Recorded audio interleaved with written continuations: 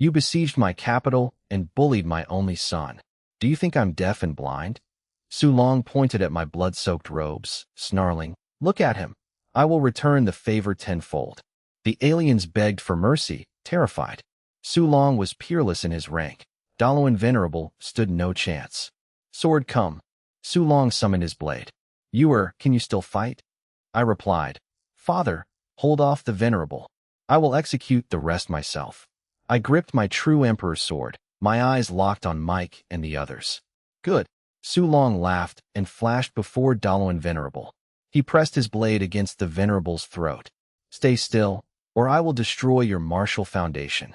Dalo Venerable broke into a cold sweat, paralyzed by fear. He hadn't even seen Su Long move. The gap in their strength was despairing. With the Venerable restrained, I turned my gaze to the remaining aliens. Now it's my turn to kill. Empowered by the Minor Star Array, I was at my peak, and without the Golden Wheel suppression, I was unstoppable. Don't get cocky. The alien prodigies were humiliated by the young human's disdain. "Kill." I vanished, my floating sword intent surging. "Stay back. He won't dare chase if we keep our distance," one warned. But I was too fast. My sword pierced their protective gang chi like paper. "One sword light piece," I whispered, striking from behind. The blade pierced the martial artist's chest, bypassing his defenses entirely.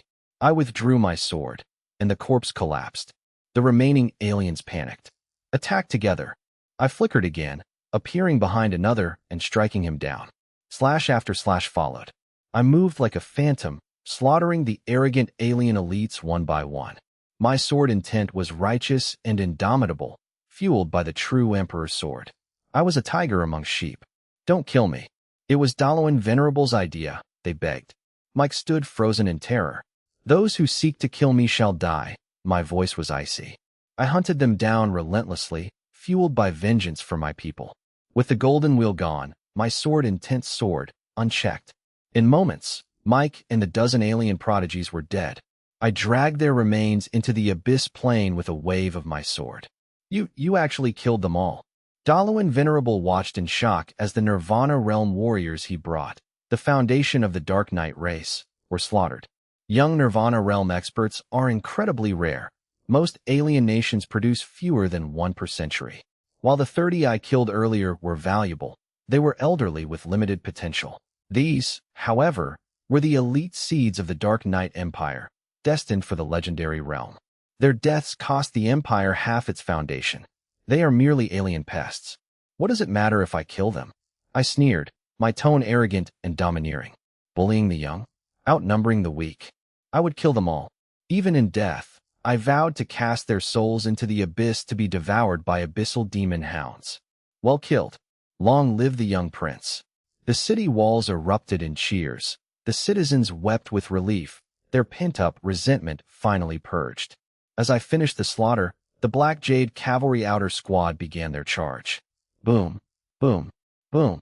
The 2-meter-tall fire cloud horses struck the earth with a rhythmic, heavy thud. "Stop them, quickly!" Dalo Venerable shouted in panic, but Su Long pinned him in the sky, preventing any intervention. "Form a defensive line." The Black Giant Beast Legion's adjutant roared, desperately organizing the Dark Knight Tribe Cavalry. The Night Cavalry? A black-armored knight leading the Black Jade Cavalry smiled cruelly behind his mask. "Let them see who the true First Cavalry of the Four Directions continent is." The leader's gravelly voice ignited the warriors' bloodlust. Roar, Black Jade unrivaled. Roar, Black Jade unrivaled. The chant shook the heavens. 10,000 Black Jade Cavalry unleashed their gang chi, forming a massive, unstoppable iron spear aimed at the horizon. This was the charge of the Black Jade Heavy Cavalry, an irresistible force. The leader's martial aura surged to the peak of the Nirvana Realm. Nirvana Realm Peak. The adjutant paled. The leader was one of Su Long's 9 Iron Guards. Kill. The collision was thunderous. The Night Cavalry's beasts were built for agility and mountain terrain, not head-on shock combat. They were ill-equipped for a frontal assault. The Black Jade Heavy Cavalry shattered their lines instantly.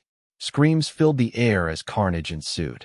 The Black Jade Cavalry tore through the formation, while they suffered only minor injuries. Nearly 1,000 Knight cavalry were slaughtered in the first pass. The sheer power of the heavy cavalry was revealed, capable of clashing even with the orcs' strongest warriors. Before the enemy could recover, the Black Jade cavalry wheeled around, silent and ready for another charge. Despair gripped the Knight cavalry adjutant as he watched the enemy turn back. Like black reapers, the cavalry swept through repeatedly, harvesting the invaders who dared threaten their young master. Dalawan Venerable trembled, paralyzed by fear rather than rage. Su Long and his cavalry proved that while other human nations might be soft, the Changtian Empire was a rock that would break any teeth trying to bite it. I watched the charge, my blood boiling with excitement. Suddenly, the system pulsed in my soul. I had forgotten to unmute the notifications. I shook my head and opened the interface. A flood of notifications drowned me. Host fighting on the front lines, pseudo-territory effect active. Capital public support +10. Public support +30. Warning, legendary realm expert approaching. Minor star array damaged while shielding host from pressure and attacks. Public support at max capacity. Seize the throne now. Victory. Rewards. 100,000 public support energy, 200,000 for victory, perfect defense rating, Lord's Altar unlocked, 1 general summoning, and 300,000 public support energy. New talent unlocked, body of 1,000 gold. The notifications were overwhelming. I had muted the system to focus, missing nearly 100 alerts, most of which were desperate warnings to retreat. Against all odds, I and Su Long had turned a hopeless situation into a total victory. I skipped the details and checked the final tally. The battle was a massive net gain. I gained over 900,000 public support energy, unlocked the Lord's Altar, earned a general summon, and gained a new talent. Most importantly, I had secured the absolute loyalty of the capital's millions, despite it not technically being my territory yet. My prestige across the Changtian Empire was set to skyrocket. The system strongly advised me to seize the throne immediately. I felt a surge of ambition. The old emperor was dead, and the only heir was an alien imposter. The empire was leaderless. With the Su prince's estate's reputation and my own rising fame, the throne was within reach. Every man has ambition. I dreamed of commanding human armies to conquer the world and reach the pinnacle. Damn, that's tempting, I muttered, forcing myself to remain calm. There were too many loose ends to tie up. The throne would have to wait. I turned my attention to my new talent.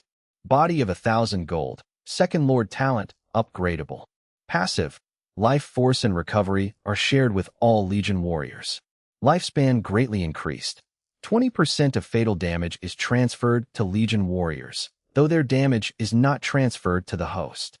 Active, absorb life energy and divine soul essence from helpless targets to heal wounds, converting excess energy into public support energy at a 100-to-1 ratio. The talent was incredible. With tens of thousands of soldiers, the 20% damage transfer made me nearly unkillable.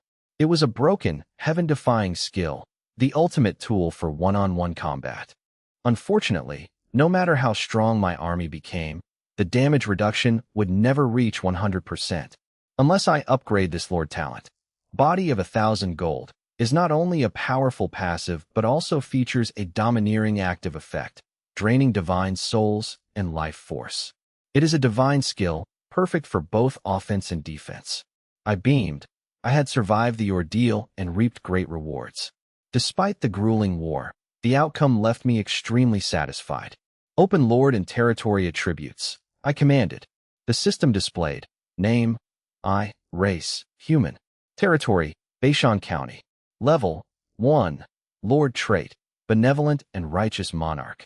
Lord strength, burning god, tier 2, Nirvana realm peak for 18 hours via minor star array.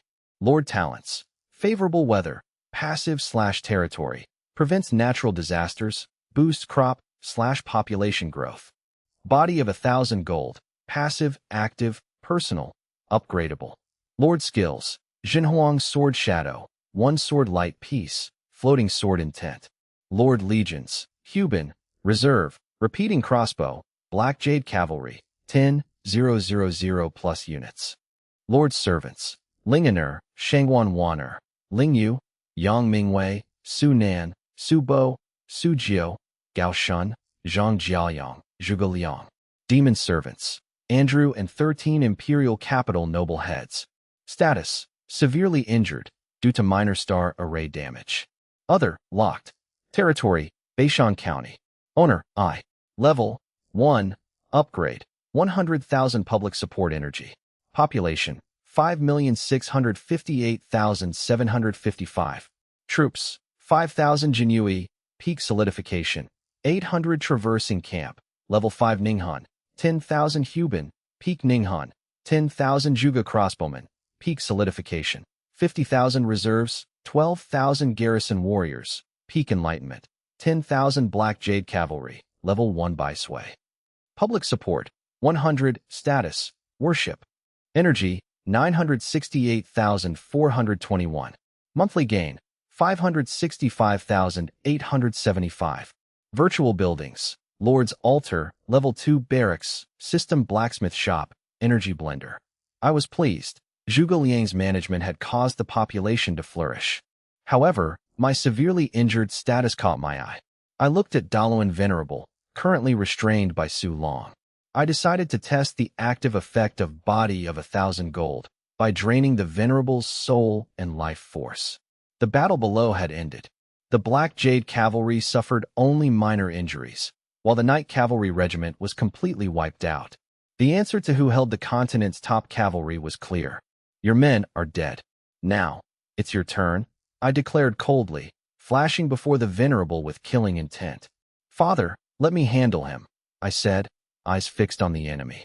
I stared intensely at Daloin Venerable, a legendary realm expert bullying a human youth. How the tables have turned. I will make you suffer. Su Long laughed. Go ahead. Su Long looked at his son with admiration. The son once called a failure for 20 years had grown into a human prodigy within a year. Su Long was deeply moved. I was truly coming into my own. Su Long struck the Venerable's back with his blood-red sword. The Venerable vomited blood, trembling in terror as he looked at me. He hung in the air, paralyzed by Su Long's internal force. Su Long had crippled his body to prevent any underhanded tricks. With one strike, the legendary expert had shattered the Venerable's martial cultivation. What are you doing?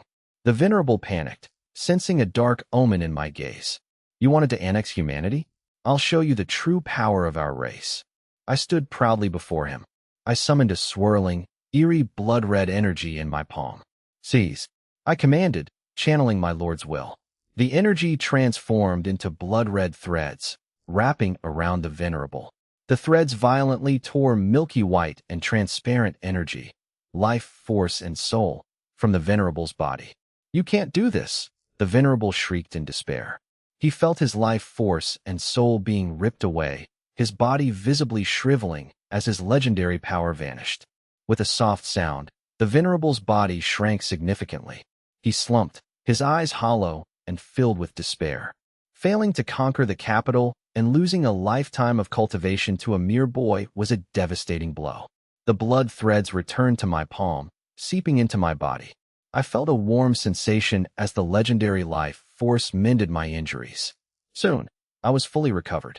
The Venerable's life force had restored me to my peak in mere moments. You go too far, the Venerable muttered with resentment. He stared at the father and son with lingering hatred. 11,217, merged into 11216. Go too far. I sneered. Did you think of this when you attacked our capital? Today you die, and one day I will march on your capital and slaughter your kin. Given time, I knew I would surpass even Su Long. Slaughtering alien cities would be trivial for me then. The Venerable's eyes widened, and he collapsed, dying in despair and regret. A legendary expert had fallen to a human youth. Even legends were not immune to the unpredictability of fate. System, congratulations, excess life energy converted to 65,685 public support energy. I felt a slight regret that the surplus energy only yielded 60,000 points. It was a small amount for a legendary expert. Perhaps it was because the Venerable was on the weaker side of the legendary tier. Still, this pushed my reserves over the million mark, and the war for the capital was officially over. Su Long looked at his son with pride. Good. Good child. You've truly impressed me. You flatter me, father, I said with a grin, stowing the Zhenhuang precious sword. Though this technique is profound, its essence feels somewhat wicked.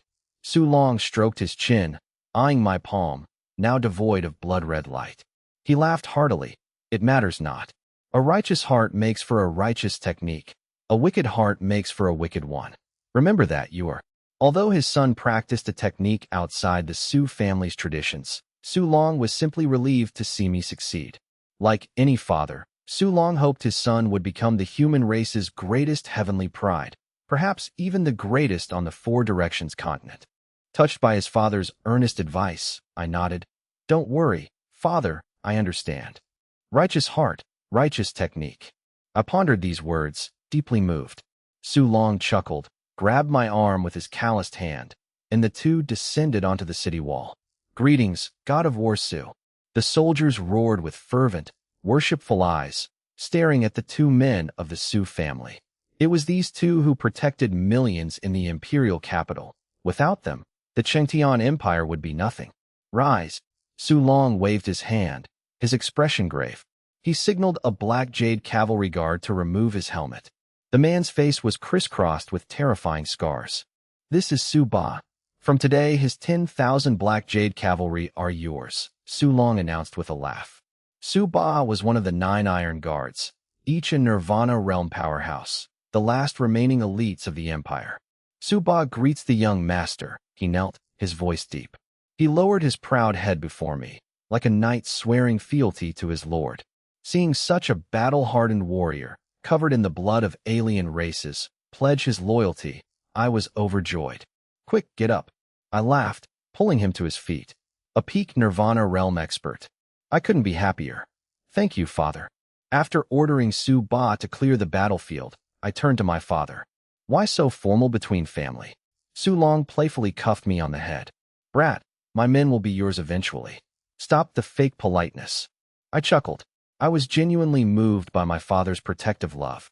This was the true dominance of a great general. With the god of war back, the citizens finally breathed a sigh of relief. Both the elder and younger gods of war were in the capital, who feared the alien races now.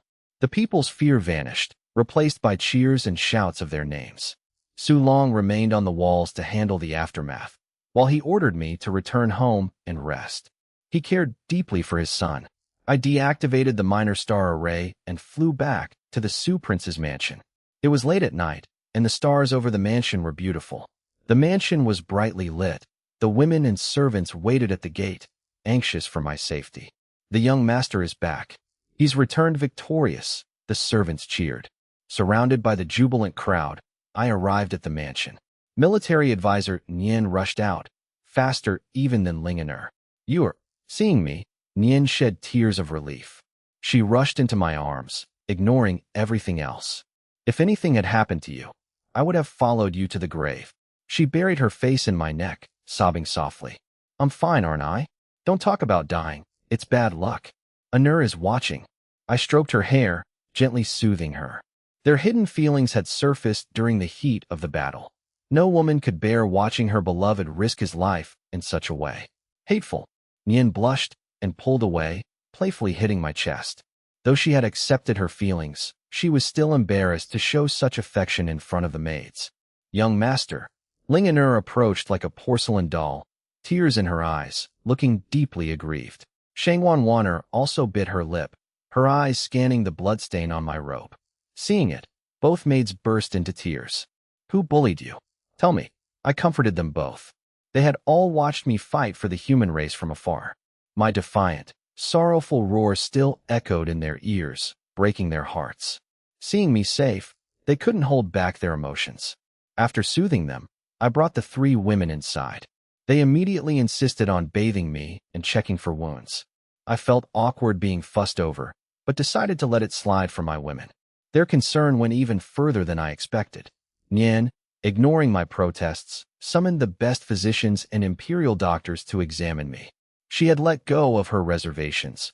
The danger had taught her that worldly opinions mattered little if I were gone.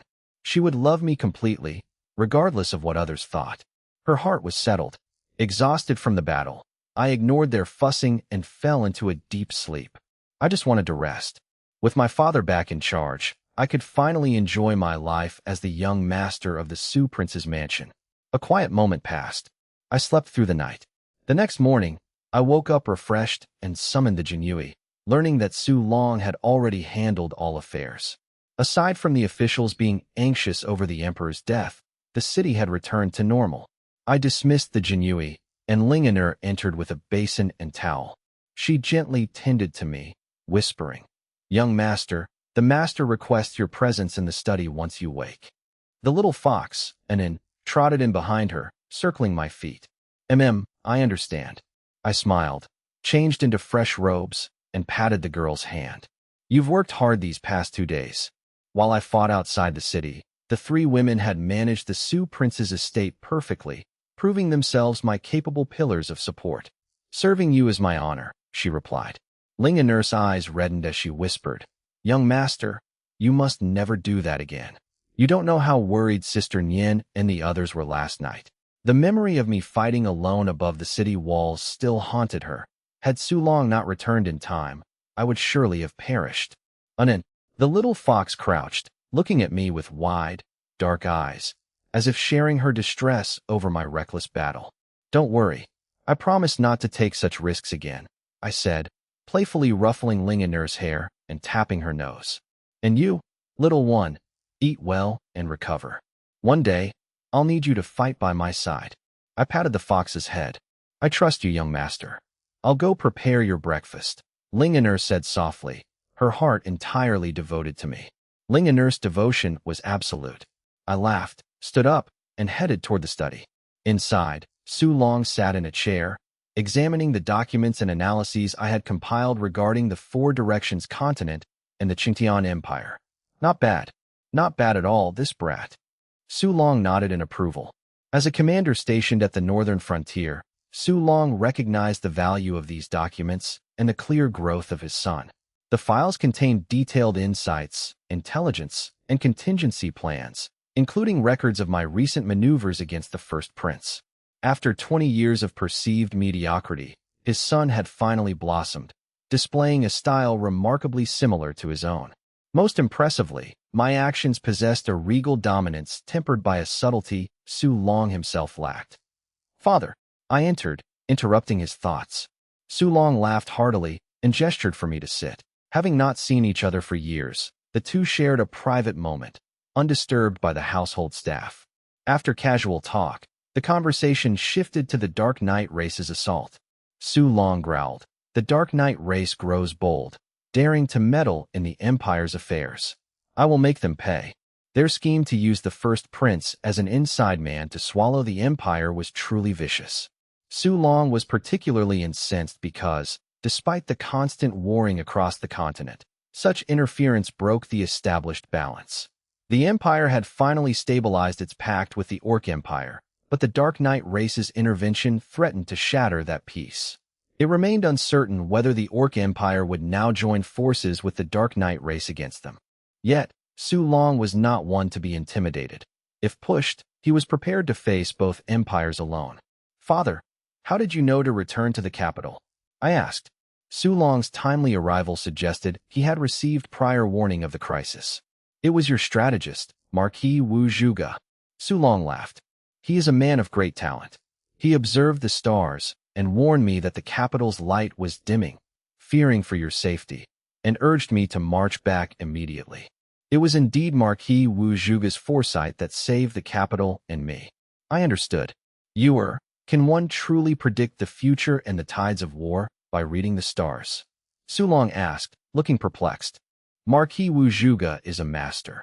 If he says he can, he can." I replied with a grin. To me, star divination was merely one of the many arts mastered by the legendary Marquis Wu Zhuge.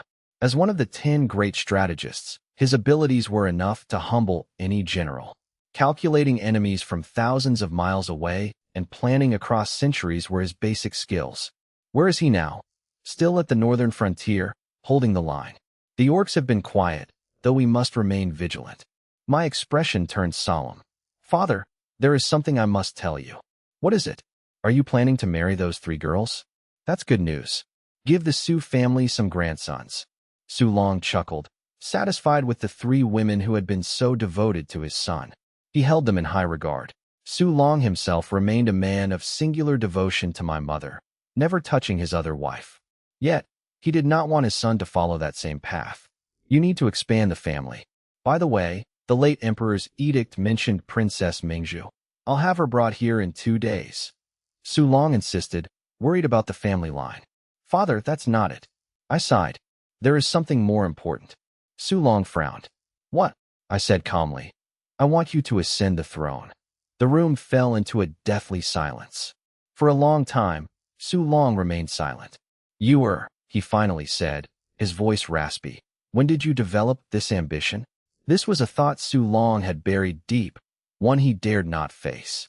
The world knew the Su prince's estate for its unwavering loyalty.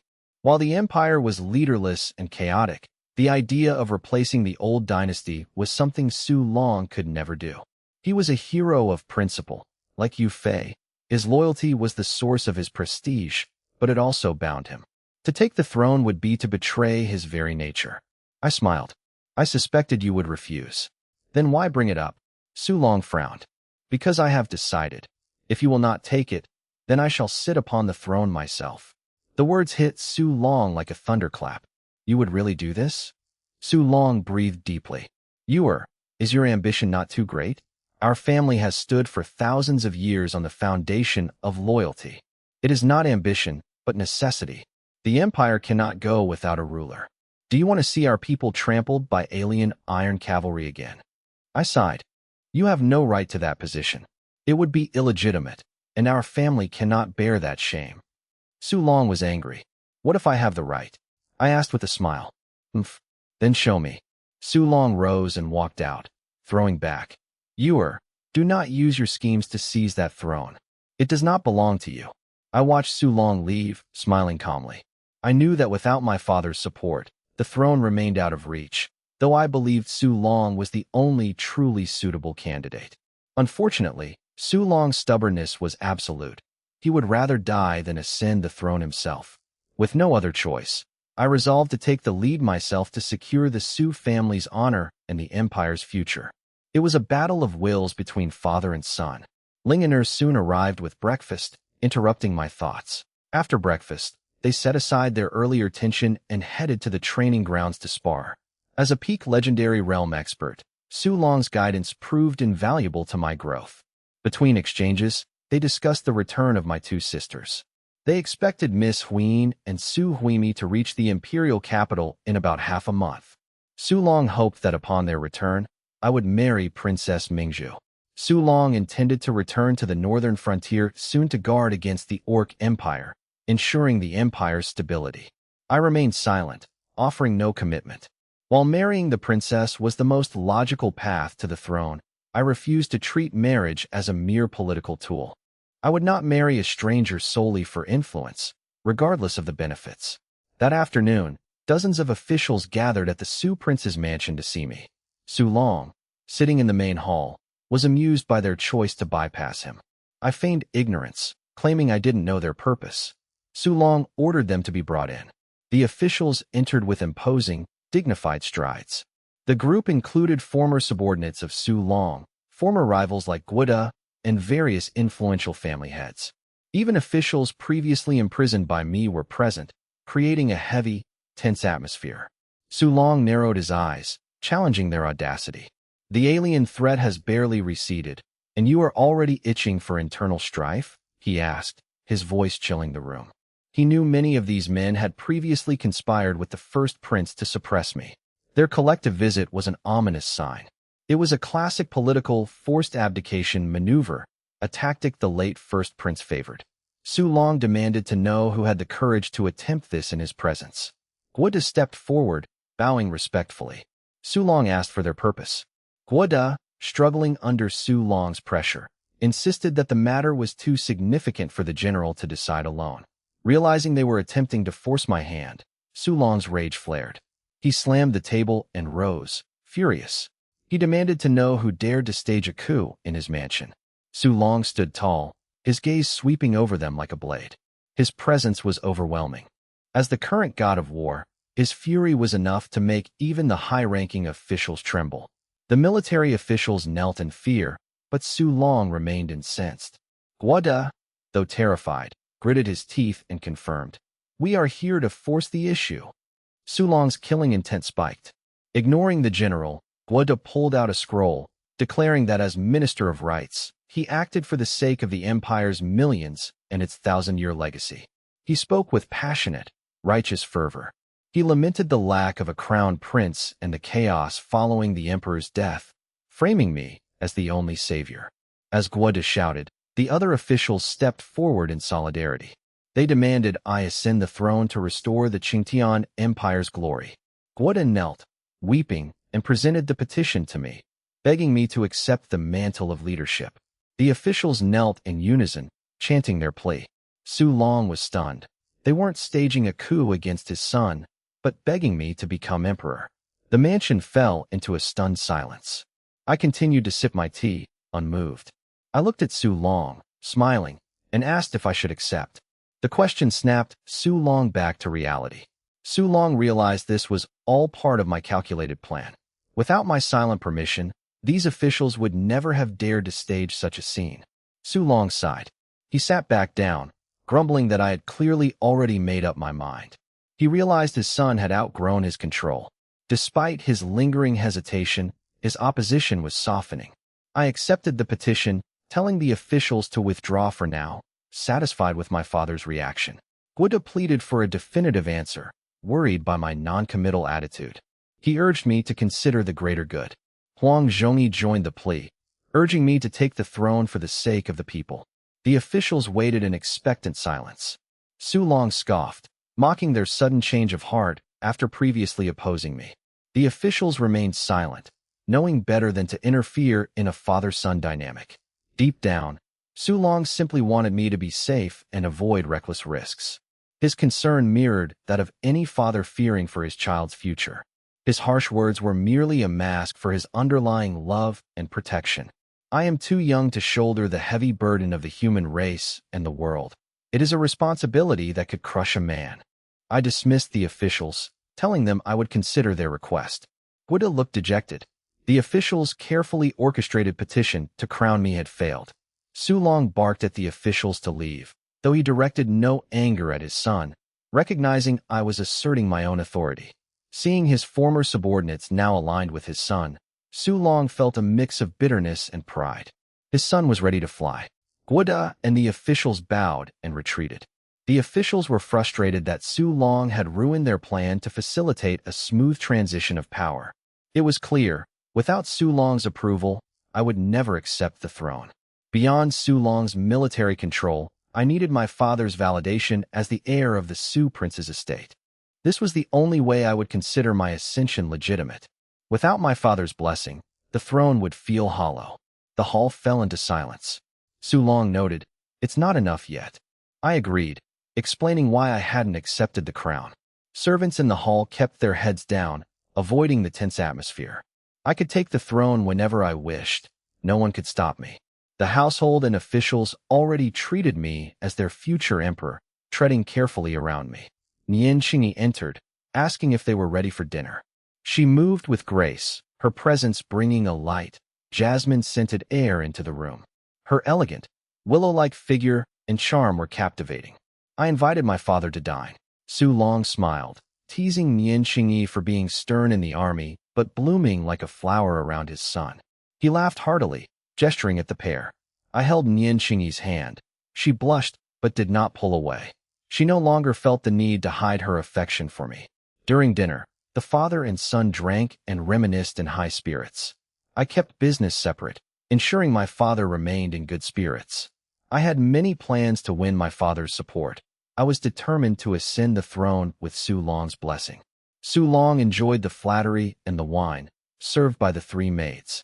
They drank the empire's strongest liquor, a fiery brew that burned as it went down. Su Long was impressed by his son's growing capabilities, feeling a sense of pressure. "Still," he boasted, "you won't beat me in drinking for another 10,000 years." Su Long's voice echoed through the mansion. I, stumbling and slurring, conceded defeat, promising a rematch the next day. I was clearly no match for my father's tolerance. The maids helped the intoxicated me back to my room.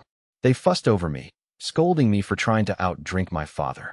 Su Long laughed, watching them leave, remarking that no matter the throne, I would always be his son. He returned to his room with a bottle of wine, feeling satisfied. Yet, behind his laughter, tears streamed down Su Long's face. He felt pride, worry, and heartache for his talented, ambitious son. He knew that the more capable one is, the harder life becomes. He could no longer shield his son from the coming storms. Su Long felt a deep, bittersweet longing. He spoke to the moon, addressing my mother, boasting that he had raised a son even more heroic and domineering than himself. When a black Jade cavalry soldier offered to help him, Su Long angrily dismissed him. The next morning, despite a hangover, I was up early. Lingener helped me wash and dress. Unin the fox played nearby, clinging to Lingener. Since I was always busy, the fox had become the maid's pet. Lingener complained softly, worried about my lack of rest. Since becoming a leader, I had barely slept, often working through the night. I smiled, insisting that success required relentless effort. I felt refreshed, adding that there was a good show to watch today. When Lingener asked what it was, I teased her, pinching her nose. She pouted, though she couldn't hide her happy smile. A servant rushed in. Thousands of citizens had gathered outside, demanding to see me. I shall go see them, I said. I walked toward the gate, ready for the show to begin. The crowd chanted my name. Outside, the street was packed with people from all walks of life. Scholars, warriors, beggars, and merchants all clamored for me. I found my father outside, feigning surprise. Su Long glared at me, complaining about being woken up by the noise. Despite his annoyance, Su Long kept the black Jade cavalry back, allowing only servants to maintain order. "The prince is here," Su Long shouted, pushing me forward. Poor god of war Su Long, who expected the crowd to thank him for his rescue, only to realize they were chanting my name. I greeted the tens of thousands of citizens with a polite bow, asking why they had gathered. A scholar replied that they were there because I had rejected the official's petition to ascend the throne. The scholar knelt, declaring that while they were simple folk, they knew I had protected the empire from orcs and alien races, sacrificing everything for the people. They begged me to ascend the throne as the Emperor Lord of the Qingtian Empire and the human race. As the scholar spoke, his companions unfurled a massive scroll. The 10-meter-long scroll was covered in blood-red characters, a petition signed by thousands of citizens over the last day and night. Su Long's mouth twitched as he stared at the bloody petition, rendered speechless. The crude handwriting carried the sincere, heavy weight of the people's hopes. They pleaded for a leader who would ensure the people were fed and respected, ending their status as a lowly race. The scholar's voice trembled with emotion. I bowed, expressing deep gratitude but claiming the throne was too significant a matter to decide hastily. I glanced at Su Long, pleading for more time to consider. The crowd realized Su Long was the obstacle and began chanting for me to ascend to protect the human race for eternity. The chant spread like wildfire through the masses. The rhythmic roar continued, growing in intensity. The entire Imperial capital joined in, abandoning their tasks to participate in the fervor. Millions of voices combined into a sound wave that seemed to pierce the heavens. I, appearing helpless against the tide, sought my father's aid. The crowd stared at Su Long, awaiting his verdict. Su Long felt a mix of anger, amusement, and pride at his son's manipulative tactics. He failed to notice the agitators who had started the chant slipping away. These were Jinui agents returning to the shadows. Su Long let out a roar, his legendary realm aura erupting as he floated above the crowd. He declared that he would speak for his son, I would take the throne, and I would rule well, or face Su Long's wrath. Su Long vowed that the Su prince's estate would fully support my ascension for the sake of the people. I smiled. My father had finally relented. With my father's approval, I realized I could skip the planned theatrics involving military desertions and Zhuge Liang's feigned illness. My smile was bright and satisfied. The crowd erupted into even louder cheers at Su Long's firm declaration. They hailed me as their new master, shouting, "Long live the emperor." The masses knelt in unison, paying homage to their future sovereign. Though not yet crowned, I was their leader in spirit. The system chimed. Ding. Congratulations, host. You have gained the true dragon aura, which activates upon ascending the throne. I felt a surge of excitement. I checked my system interface to see the new skill. True Dragon Aura grants the protection of the divine dragon, unlocks Yinhuang power, and provides the strength to slay gods. Currently pending acquisition. The aura would only fully manifest upon my official coronation. I learned that the true dragon aura is fueled by the recognition of the people. It is the symbol of an emperor. While others struggle to control it, the system would allow me to master it easily. It has 3 stages: manifestation, concentration, and divine dragon. Growth depends on the emperor's dedication to his people. A prosperous nation strengthens the aura. It is a versatile, formless skill that moves with the user's will. At the divine dragon stage, it grants godlike powers, including flight and the ability to move mountains. It is a rare, ancient secret art of the human race, mastered by fewer than 5 emperors in history. I and Su Long retreated into the estate, smiling at the crowd. Su Long broke the silence, grumbling that he knew I had orchestrated the petition. His low voice snapped me out of my thoughts. I feigned innocence, claiming I lacked the power to control millions. The petition was a natural result of my reputation and the Jinyui's subtle guidance. I had merely used the Jinyui to steer public opinion. Su Long warned me that if I ever betrayed the people, I would pay the price. I coughed, trying to lighten the mood. I admitted the blood on the petition was actually from livestock. Su Long laughed and cuffed me on the head, calling me a rascal, before we headed inside for tea. Su Long asked about the coronation date, noting he couldn't stay in the capital long. I hesitated, wanting to wait for my 2 sisters. Su Long interrupted, explaining that my sisters were training at Qinghai Cliff and the Sword Pavilion and wouldn't be returning soon. I needed to proceed alone so Su Long could return to the northern frontier. I was stunned. I asked if they were being held against their will. Su Long laughed at the absurdity. Their masters recognized their immense talent and were keeping them for intensive training, preventing their return for the ceremony. I understood. I felt a pang of disappointment, wishing my sisters could witness my rise to power. Ascend the throne first. Later, you can visit your 2 sisters at Qinghai Cliff and the Sword Pavilion. Also, finalize your marriage after the ceremony. Su Long looked at me sternly. Marriage? I stammered, caught off guard. Your 3 companions are fine. Keep the primary wife position open for now, but take them as concubines. A monarch must have beauties by his side.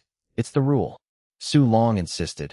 Princess Mingzhu is virtuous and beautiful. Since the late emperor arranged it, you must marry her too.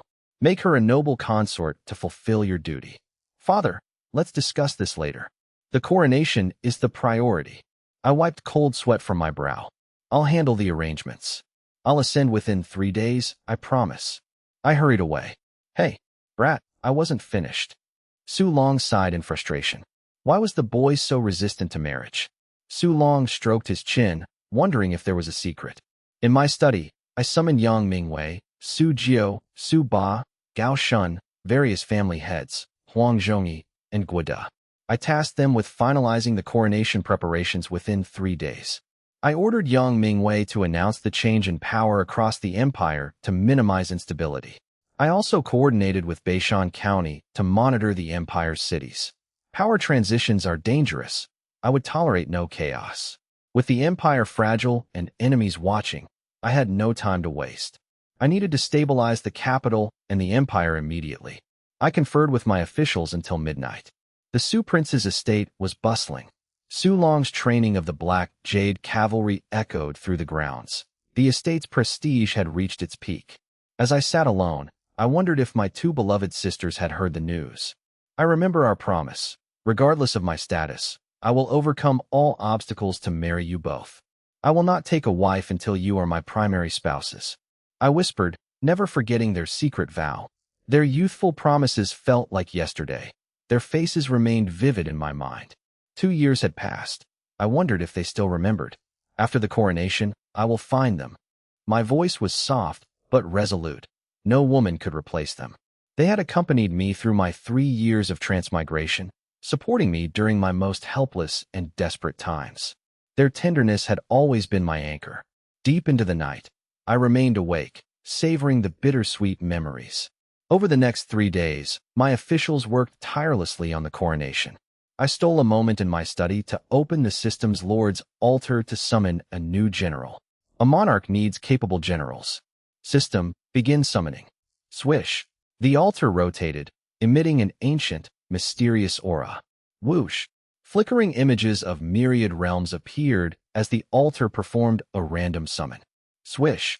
The images settled, revealing the life of the summoned general. This child will bring glory to our clan. Thank you, Father. From today, your courtesy name shall be Changwan. Chun is a man of pure virtue. I shall govern with ritual, law, and the people's welfare. The 9-rank system. Brilliant. You have great talent. Serving the emperor is my duty. I smiled as I watched. I had summoned a political giant. While perhaps not as strategic as Zhuge Liang, this man was a master of institutional reform. It was Chen Kun, the architect of the influential 9-rank system, known for his legal brilliance and eloquence. System, Chen Kun. Age, 40. Race, human. Loyalty, 100. Quality, famous general. Skill, Shand Fun Tian Xia. Analyzes national fortune. Trait, eloquent talent. Persuades others and advises the monarch. Trait, legal prodigy. Enhances legal and ritual construction. Item, Zoding calendar. Chen Kun was the perfect civil official, specializing in law and daring to advise the emperor. Though his quality differed from Zhuge Liang, he was exactly what I needed. I nodded, satisfied. 3 days later, the city celebrated. Chen Kun had joined my ranks and spearheaded the coronation, ensuring the public was in high spirits. The city was decorated, and major clans held banquets and distributed alms. Elders marveled at the scene. Never before had a successor commanded such total support from the powerful families.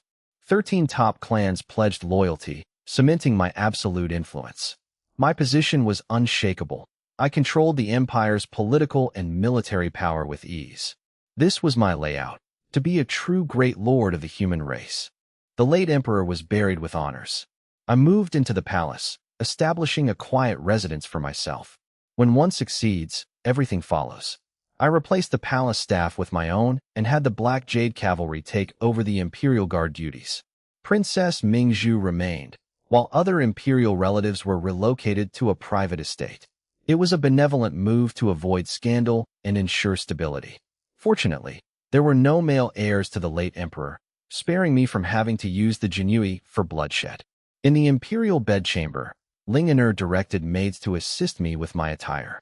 "Don't fidget, young master," she scolded, while Shangwan Wanner fetched my sword and military advisor Nian adjusted my waist sash.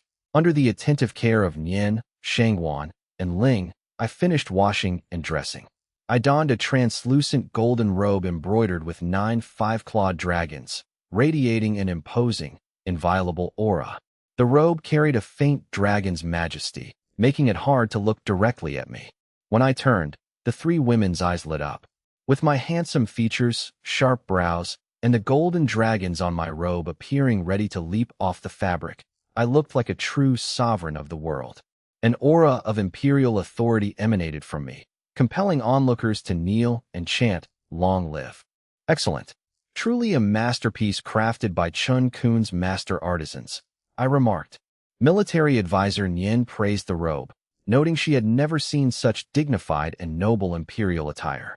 She was particularly captivated by the golden dragons. She realized these were the sacred dragons I had described, creatures from beyond the 4 Directions continent, now immortalized on my robe. I had previously explained to the women that these were not the dragons of this continent, but the totems of the human race. They were the symbols of the yellow-skinned, black-haired human race. "Maids, why do you not bow before your sovereign?" I asked, my voice deep. I raised my brows, my stern expression hiding a playful glint in my dark eyes. "We greet the Emperor Lord," the 3 women replied in unison. They giggled, playfully curtsying to me. Their lack of fear did not extend to the other servants. The palace staff prostrated themselves, chanting "Long live," until the sound echoed throughout the palace. I laughed and waved for them to rise. These new rituals, proposed by Chen Kun and approved by me, were easily adopted as they mirrored the traditions of my past life. My emperor, you aren't ready yet. The coronation is in 2 hours, Nian reminded me. She leaned in, her voice soft, and urged me to sit. Pinned by the 3 women, I sighed as they continued to fuss over my appearance. I regretted summoning Chen Kun, who had clearly organized this grooming session. As a sovereign, I felt this excessive primping was beneath my dignity. No powder, just fix my hair. I protested as they adjusted my belt. Nian playfully tapped me, causing the other maids to tremble at her boldness. How dare you strike the emperor? I feigned anger. And what will you do about it? Nian challenged, leaning in close. She held my golden belt, her face inches from mine. I'll make you my consort tonight to show you my power. I teased. Nian blushed and retreated, telling me to behave. I reached for the others, sparking more laughter. The other maids watched with envy, witnessing the emperor's clear affection for the 3. They listened to the constant, melodic laughter from the inner circle. They knew that with one word from me, these 3 could become the most powerful women in the empire. They were already the objects of my favor, living the dream of every girl in the palace. It was a life many aspired to. A palace attendant announced from outside. Princess Mingzhu requests an audience. The group paused. Nian whispered, should we withdraw? As the late emperor's daughter and my betrothed, her status was technically higher than theirs. Nian felt it improper to remain in such an intimate setting. Stay, I said, waving my hand. You have the status of noble consorts in my heart. Do not fear a mere princess. The maids in the room looked at Nian and the others with renewed envy. The 3 women felt their hearts melt and returned to grooming me. After half an hour, the complex ritual was complete. I finally commanded, admit her. Princess Mingzhu entered, looking like a celestial maiden. She wore a golden yellow silk gown embroidered with orchids, draped in layers of fine gauze. Her face was as alluring as the moon, her eyes sparkling. Her hair was styled elegantly with a phoenix hairpin that chimed as she walked. Mingzhu greets the Emperor Lord, she said, bowing with her attendants. She possessed a delicate, shy beauty mixed with an untouchable noble air. A faint, pleasant fragrance drifted from her. I knew her as the late emperor's favorite, a beautiful, well-read woman, though largely a decorative figure in the palace. Rise, I said. I took tea from Lingener and asked, have you been comfortable? This was only my second time seeing her since the funeral.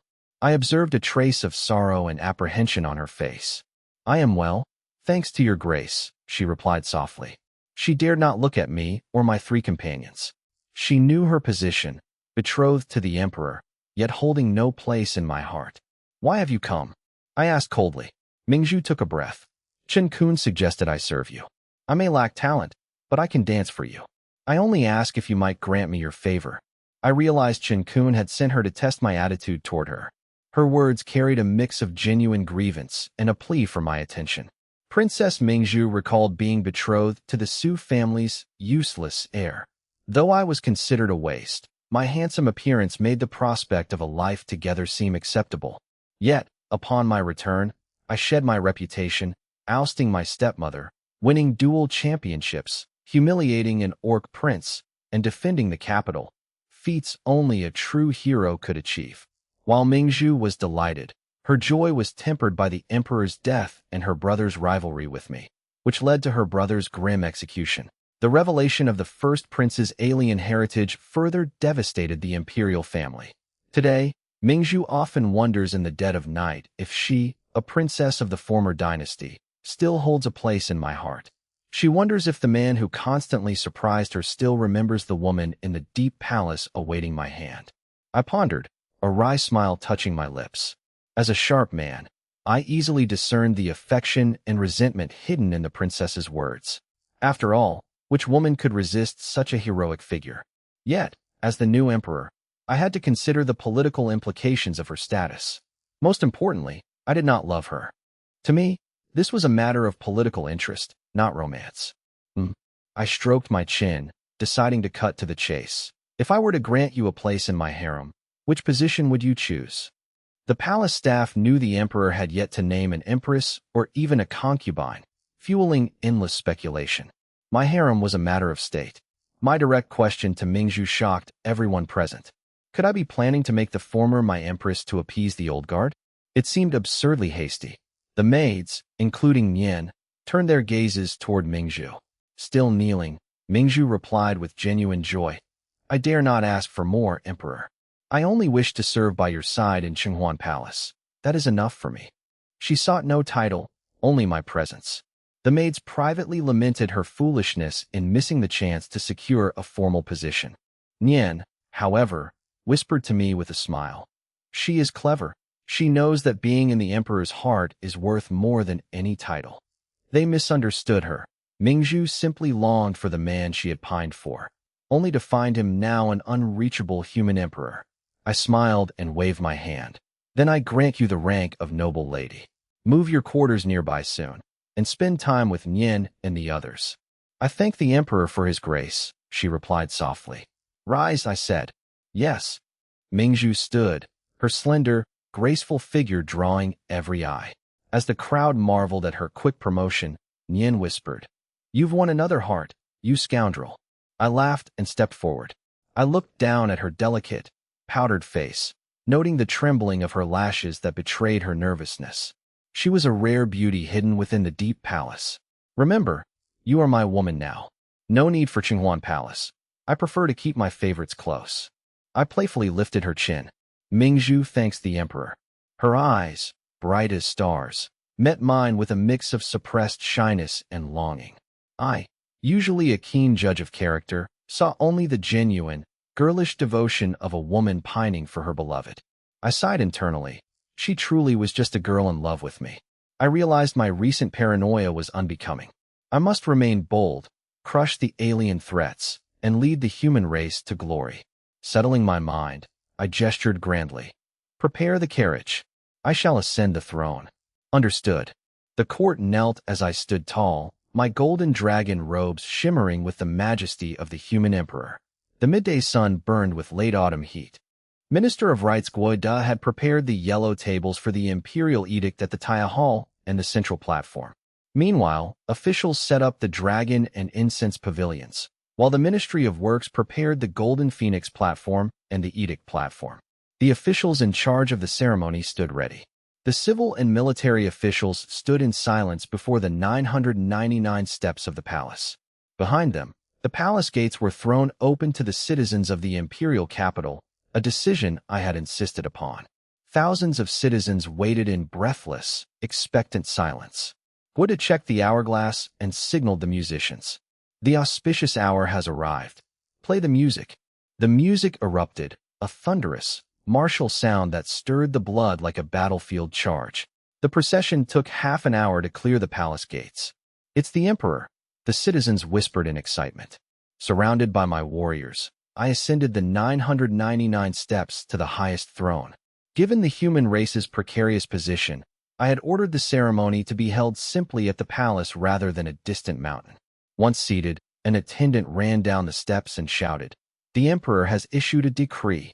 Guo stepped forward to receive the edict, placing it in the dragon pavilion. Accompanied by music and guards, the edict was carried through the palace gates and back up the steps. After the rituals were performed, the edict was placed on the edict platform. The officials stood facing east and began to read the decree. I issued an imperial decree.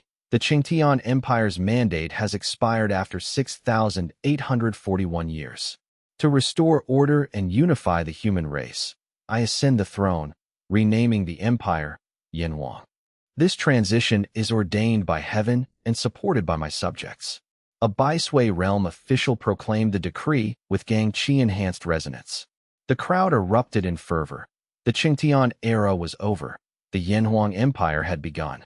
Inspired by Emperor Su Yu, officials and citizens gazed upward, their blood boiling with anticipation. This was the only moment during the ceremony when the public could directly behold their new emperor. I rose, surveyed the capital, and declared, I shall govern through benevolence, filial piety, and law. Internally, I will nurture the people. Externally, I will forge the human race's backbone and secure the 4 Cs. My words were clear. I would cherish my people and stabilize the nation.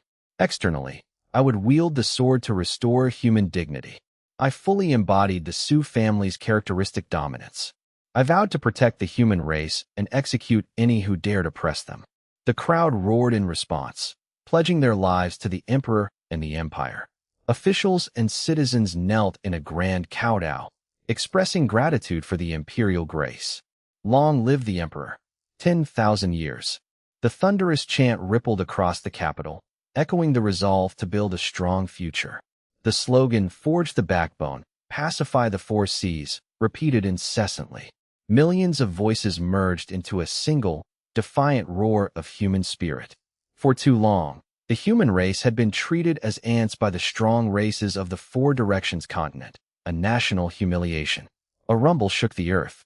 The collective roar reached the heavens, scattering clouds and summoning thunder as if the sky itself celebrated the coronation. After 10 millennia of suffering, the people finally had a powerful emperor to lead them into battle. As the ceremony concluded, Chun Kun presented the imperial seal to an attendant, who delivered it to me. The coronation reached its final phase, followed by the traditional amnesty.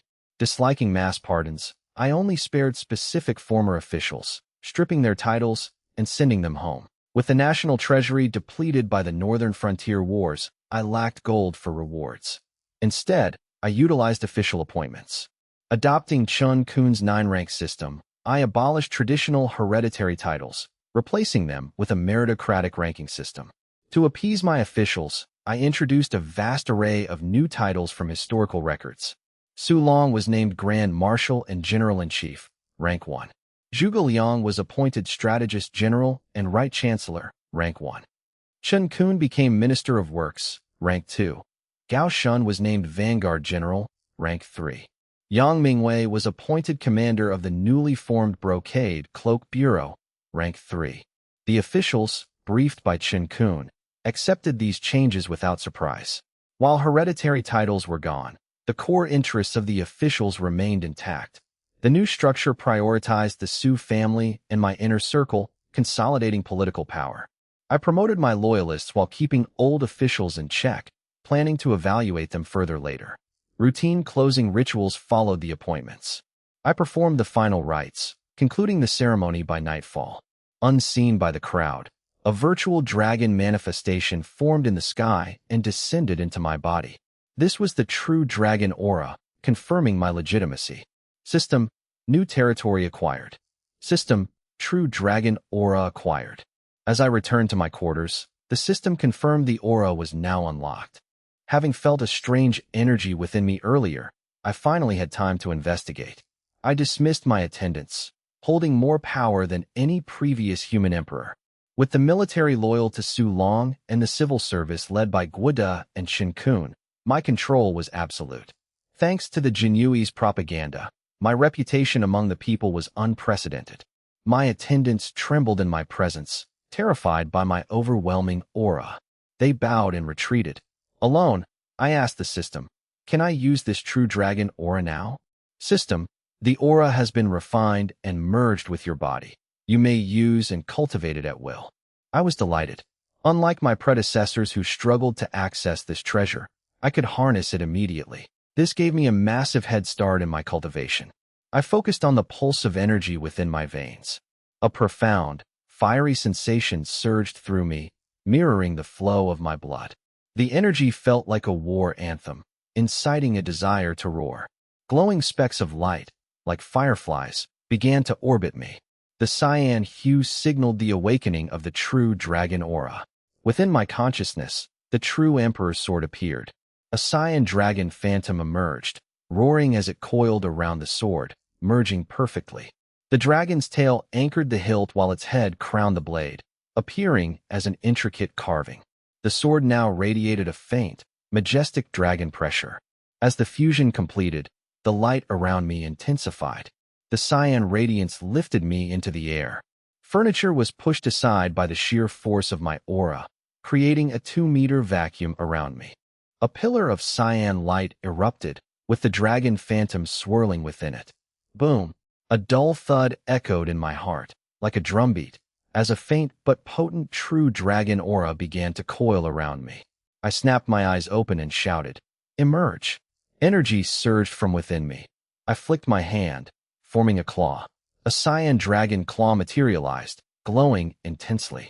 The pressure it radiated was so immense that the palace's stone and jade structure groaned under the strain. Outside, attendants and black jade cavalry soldiers felt the overwhelming dragon chi and instinctively collapsed to their knees in submission. All living beings trembled, silently offering their absolute loyalty and worship to me. I closed my hand, and the cyan claw vanished silently. The void rippled and distorted as if the claw had nearly shattered space itself. The true dragon aura was far stronger than expected, a formidable trump card for a human emperor. I felt its shocking power. It was rumored that the late old emperor of the Yitian Empire used such an aura to slay powerful enemies. However, that aura had dissipated upon his death. Regrettably, mine is only at the transformation realm. To reach the peak, I must continue to nurture it or consume the imperial aura of other races. I shook my head with slight regret. While powerful, the true dragon aura was difficult to cultivate compared to other imperial methods, though it could be strengthened by absorbing the aura of alien royalty. This was a viable path for rapid cultivation. Currently, my aura was only at the Nirvana realm level, which was somewhat underwhelming. Still, it was a solid trump card. I dismissed the claw and asked the system to open my territory panel. I was eager to see how my status as Emperor of the Yanhuang Empire had changed my territory's attributes. Territory, Yanhuang Empire. Area, 7 prefectures. Owner, I. Level, 1, upgrade cost, 100,000 public support energy. Population, 8,975,985. Military, 5,000 Jinui, peak solidification, 800 traversing camp, level 5 Ninghan, 10,000 Huban army, peak Ninghan, 10,000 Juga crossbowmen, peak solidification, 50,000 reserves, 10,000 black jade cavalry, level 1 by sway. Empire-wide, 600,000 northern frontier guards, peak solidification, 100,000 black jade cavalry, level 1 by sway. 100,000 reserves, Mingzhu. Public support, 100, status, favorable. Energy, 1,034,106. Monthly income, 1,077,118. Virtual buildings, Lord's Altar, Level 2 Barracks, System Blacksmith Shop, Energy Blender. The territory had clearly evolved, now encompassing the 7 prefectures. Yet, I immediately spotted a discrepancy.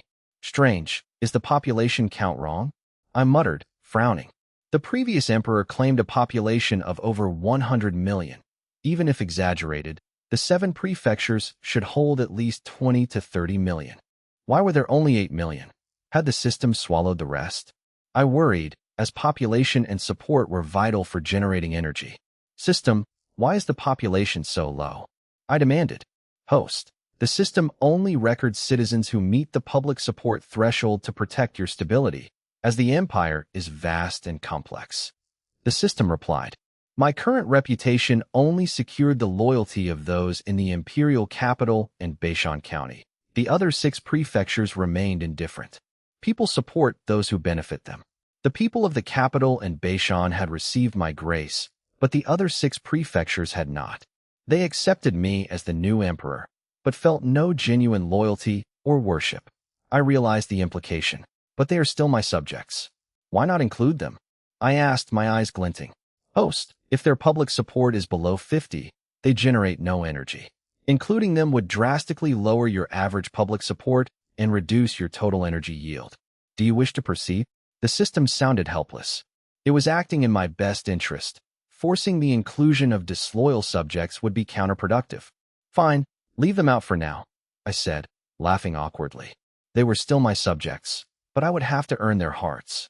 Rest assured, as you govern well and benefit the people, their support will rise, and they will be included in the system's calculations. The system reassured me. It was only a matter of time. I nodded. With my legitimacy and the true dragon aura, I just needed to implement sound policies to win over the remaining 6 prefectures. I moved on to consider how to use my remaining public support energy. I currently commanded 880,000 regular troops, excluding the city guards.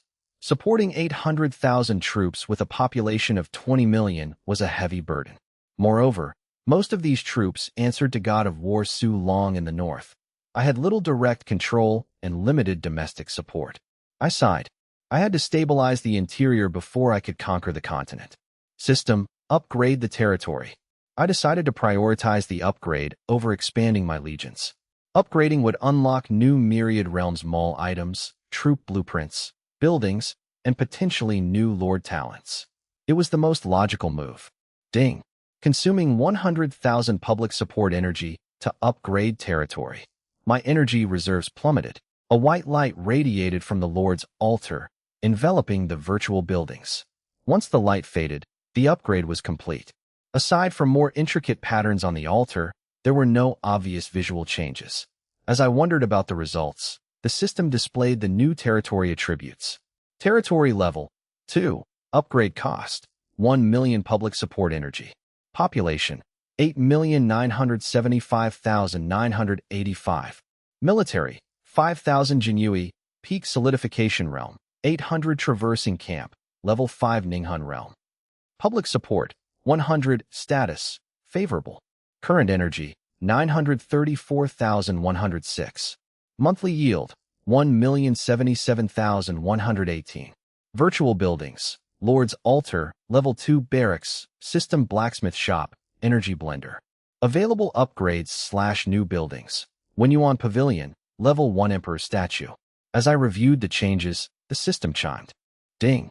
Territory upgraded. Reward.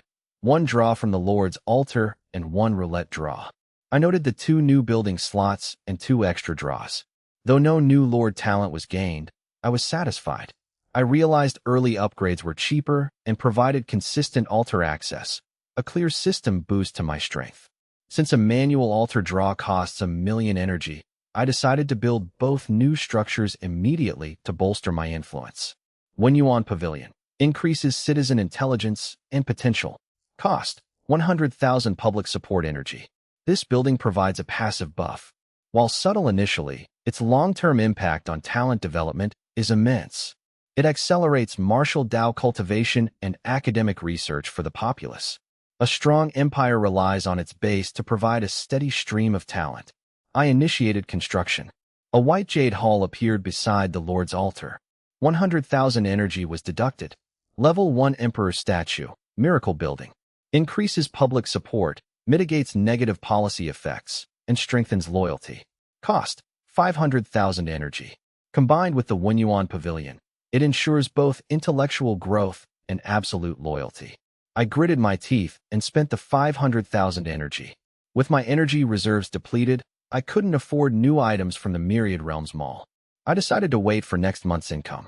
I refused to touch the National Treasury's monster crystal cores or energy ores for energy conversion. These were strategic assets for future technological weapons. Since the Yanhuang Empire lacked large mines or monster habitats, these resources were too precious to squander.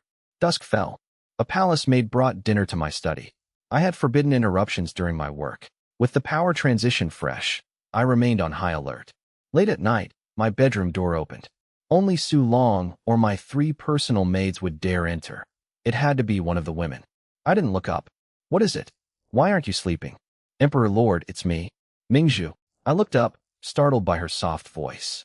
Princess Mingzhu stood there in a pale white gown, looking ethereal. Her hair was styled simply with pearls, and her eyes held a gentle, elegant luster. My expression cooled. Why are you here? Mingzhu nervously twisted her hands. Military advisor Nian sent me. She said you were working late and told me to come serve you tonight. Nian was managing the harem, keeping the peace among the women. Ling Yan'er was timid, Shangguan Wan'er was indifferent, and Mingzhu was insecure. Nian held them all together. Serve me. I smirked. Why didn't the other 3 come? I wasn't opposed to intimacy, but I preferred my personal maids. I didn't want a loveless encounter. Nian told them not to. She wanted me to get to know you better, Mingzhu whispered, blushing. Her face turned a deep, alluring red. That little vixen, I thought. I realized Nian was trying to help Mingzhu, who felt insecure as a forced political marriage. Nian was giving her the first chance to bond with me. Go to sleep. I'll be there shortly, I said. Mingzhu bowed and retreated to the inner chamber. The palace was divided into a study and a sleeping area. It remained opulent and imperial.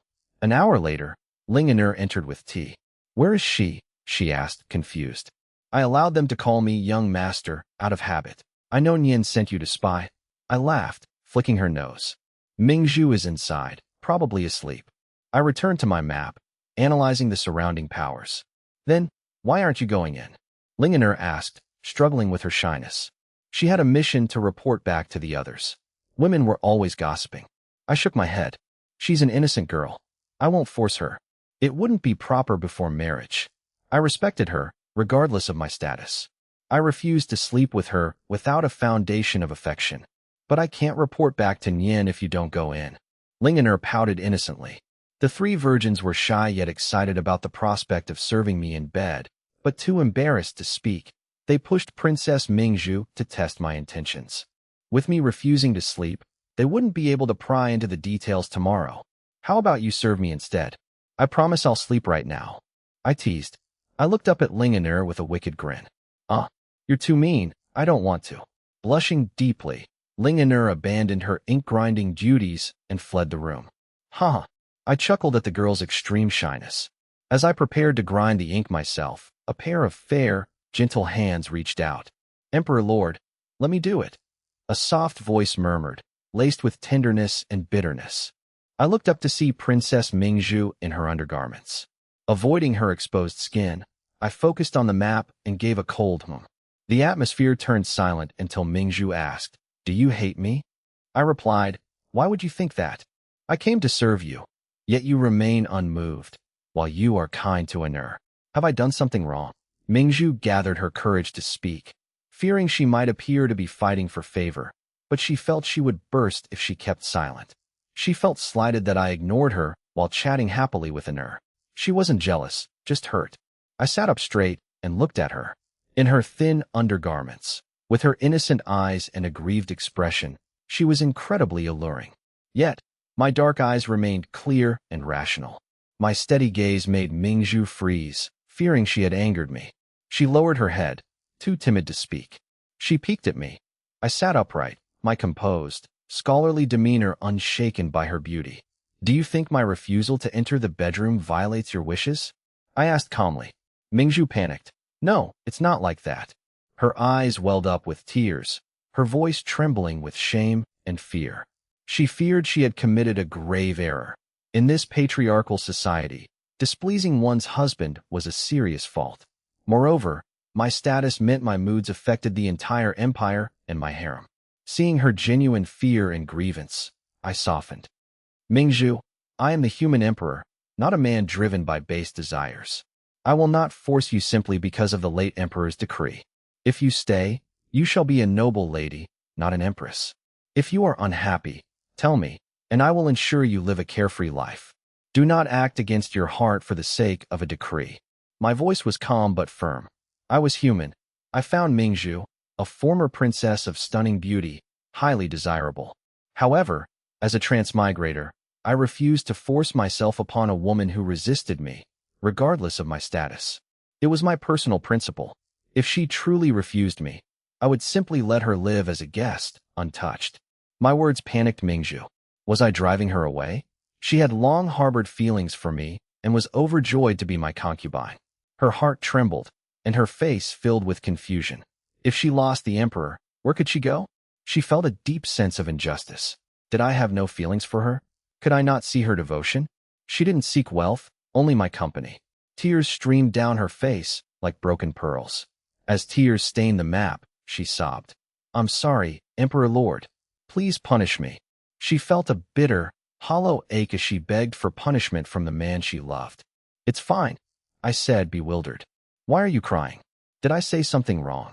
I couldn't understand why she was crying when I had offered her a choice. I was a master of strategy, but women's hearts remained a mystery to me.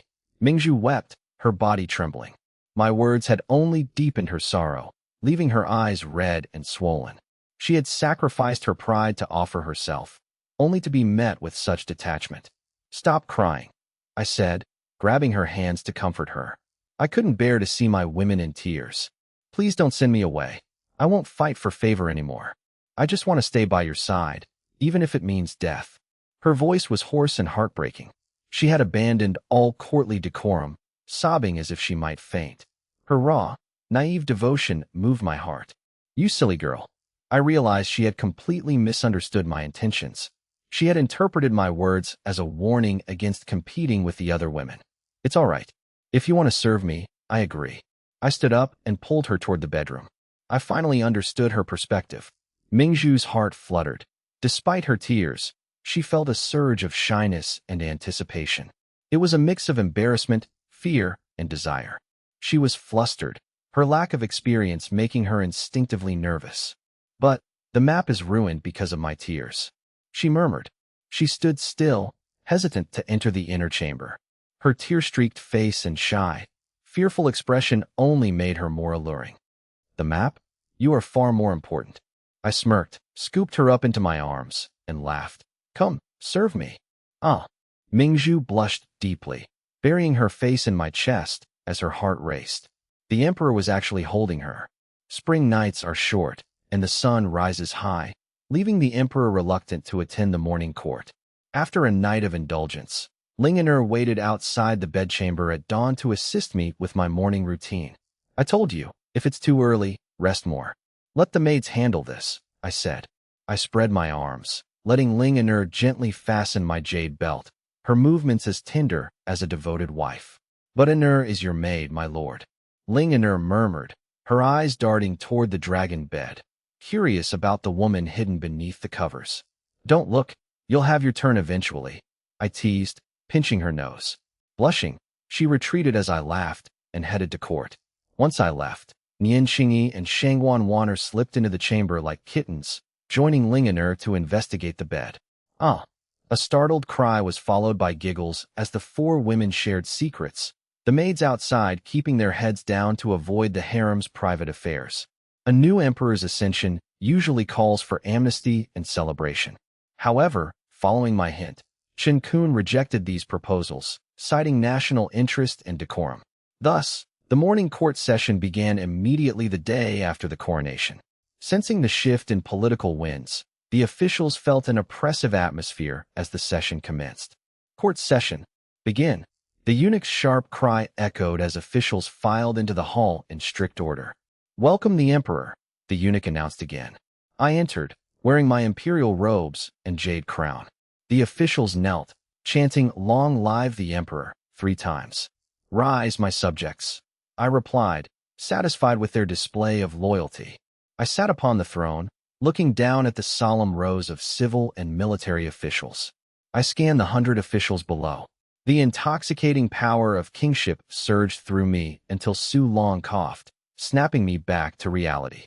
I realized the Yanhuang Empire was still fragile compared to the ancient powers and races of the Four Directions continent. I had to be a wise ruler first. Without a strong foundation, my grand ambitions would remain dreams. I observed Su Long, who stood with eyes half closed, appearing to doze off, a departure from his usual demeanor. Yet, no one dared criticize him. Su Long was not only the great general, but also the emperor's father. The other officials, including Gao Shun, Su Jiao, and Huang Zhongyi, remained strictly respectful. Yang Mingwei and his Jinyui were absent, as they operated in the shadows under my direct command.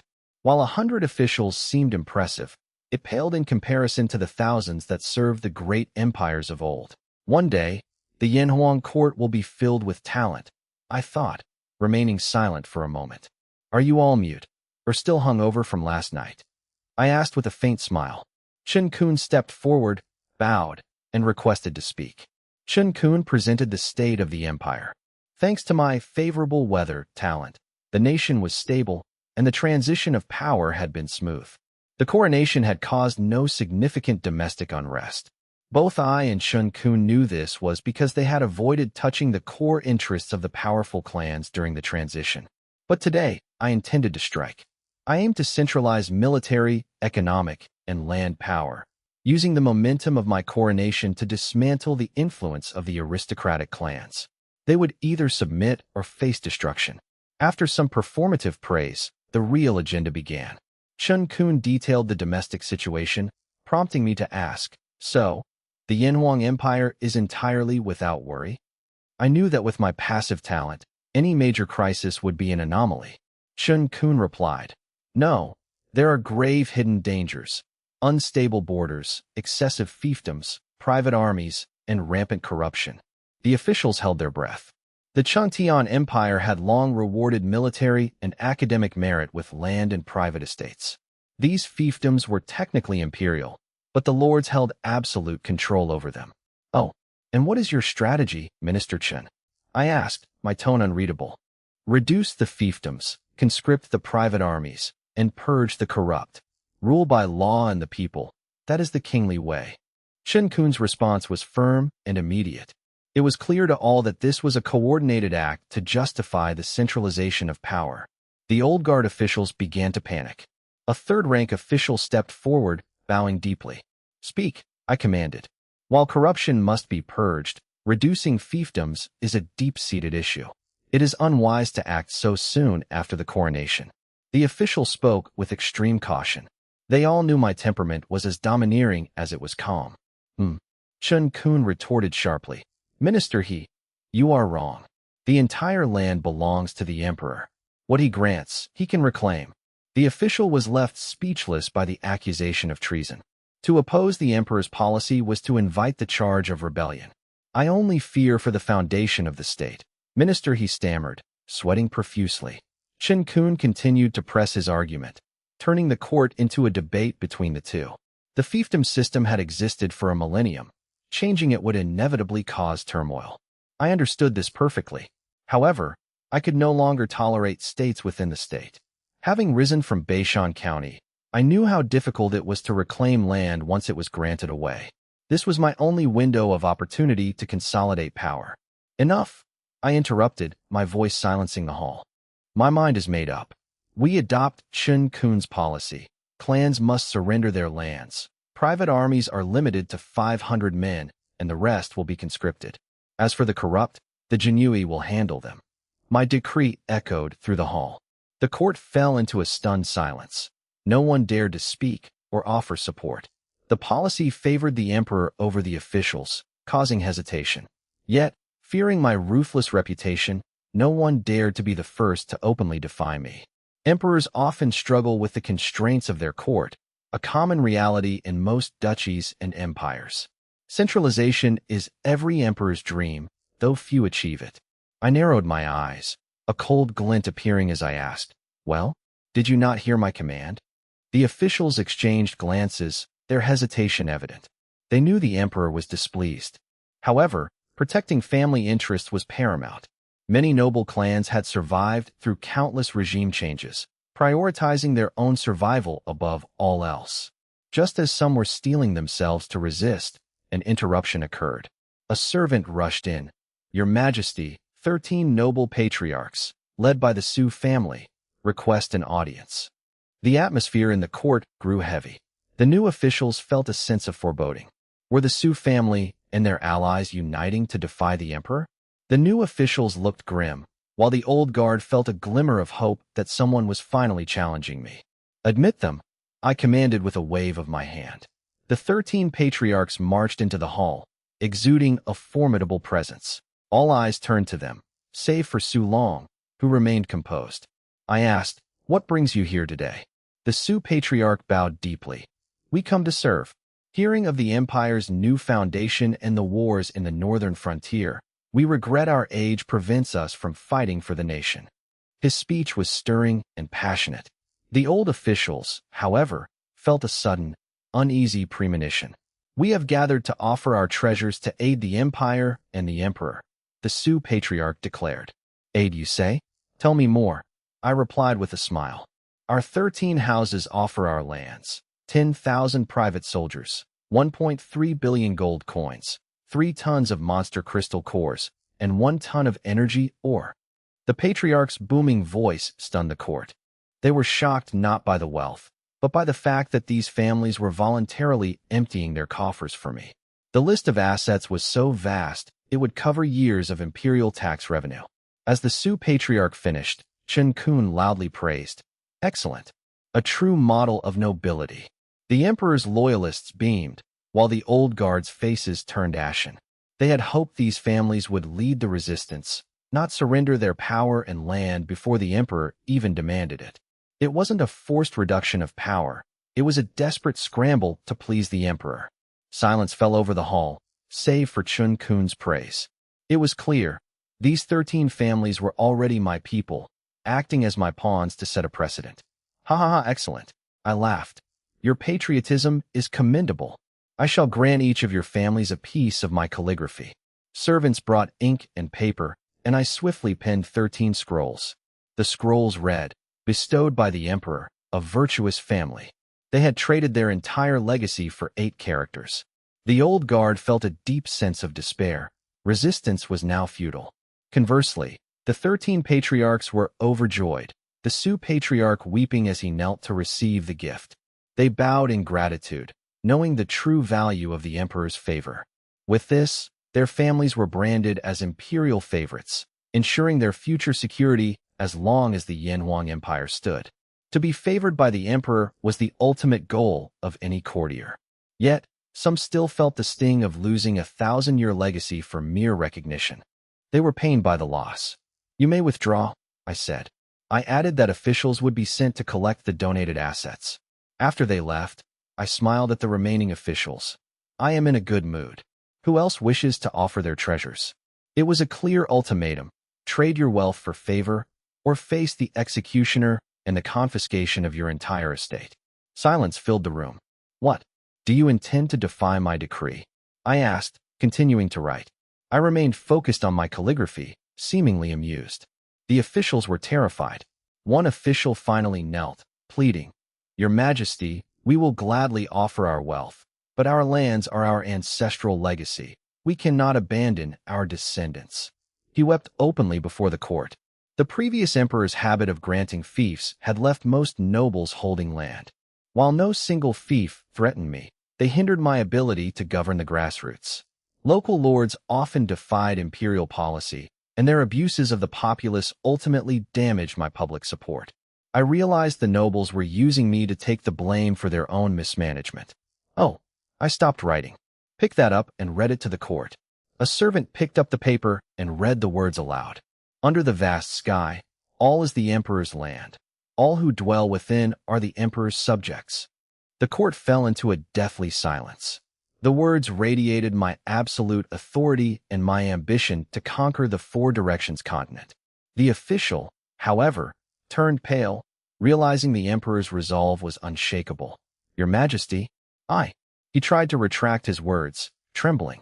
Just then, a sheet of paper drifted down from the throne and landed before him. He looked down and gasped.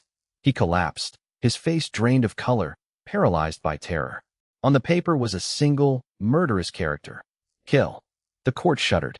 The emperor had decided to kill. Gao Shun, I called out. I am here. Gao Shun stepped forward, hand on his blade. Drag him out and execute him. After the assembly, confiscate his family's lands and assets. I waved my hand dismissively, as if swatting a fly. Understood. Gao Shun signaled the Black Jade cavalry, who seized the official and dragged him away. The official shrieked, begging for mercy and offering his family's land in exchange for his life. Terror and regret consumed him. He bitterly cursed his decision to act as the spearhead of the opposition. I remained expressionless as the man was dragged away. The court fell into a deathly, fearful silence. Realizing the emperor was truly intent on stripping their power, I coldly invited any other dissenters to step forward. My gaze swept across the hall, my eyes icy and piercing. I had no patience for games or gentle methods to consolidate my authority. Backed by the system and absolute military control, I held all the cards. The officials exchanged glances, some casting wary looks toward the meditating god of war Su Long. They knew that if they defied the emperor, Su Long's Iron Blood Legion would be the first to silence them. The choice between profit and survival became painfully clear. Bitterly, the old officials knelt, pledging to surrender their lands to strengthen the Yanhuang Empire. Seeing the emperor's resolve, no one dared to resist or play tricks. I observed the hall. My loyalists stood firm, while the old guard surrendered their lands and wealth to the treasury. With a flick of my sleeve, I nodded, declaring, I am pleased. Rewards for all. An attendant read the decree, the establishment of the Imperial Academy and the Yanhuang Martial Arts School. Families serving the state could send their youth there, with graduates receiving priority for government posts. I understood the classic imperial tactic of balancing the stick with a carrot. These institutions were designed to leverage the Wenyuan Pavilion's passive effects, with faculty already selected. This move ensured long-term development and gave the old officials a glimmer of hope to prevent administrative stagnation. The officials bowed in gratitude. They realized they had to align with the new imperial structure to ensure their family's survival. My actions, killing, stripping power, and rewarding, clearly defined my bottom line. I permitted the existence of noble clans, provided they prioritized the state and the emperor above all. I would not tolerate any power block outside my control. I had to remain the empire's ultimate beneficiary and authority. This control was essential to ensure my policies reached the grassroots level.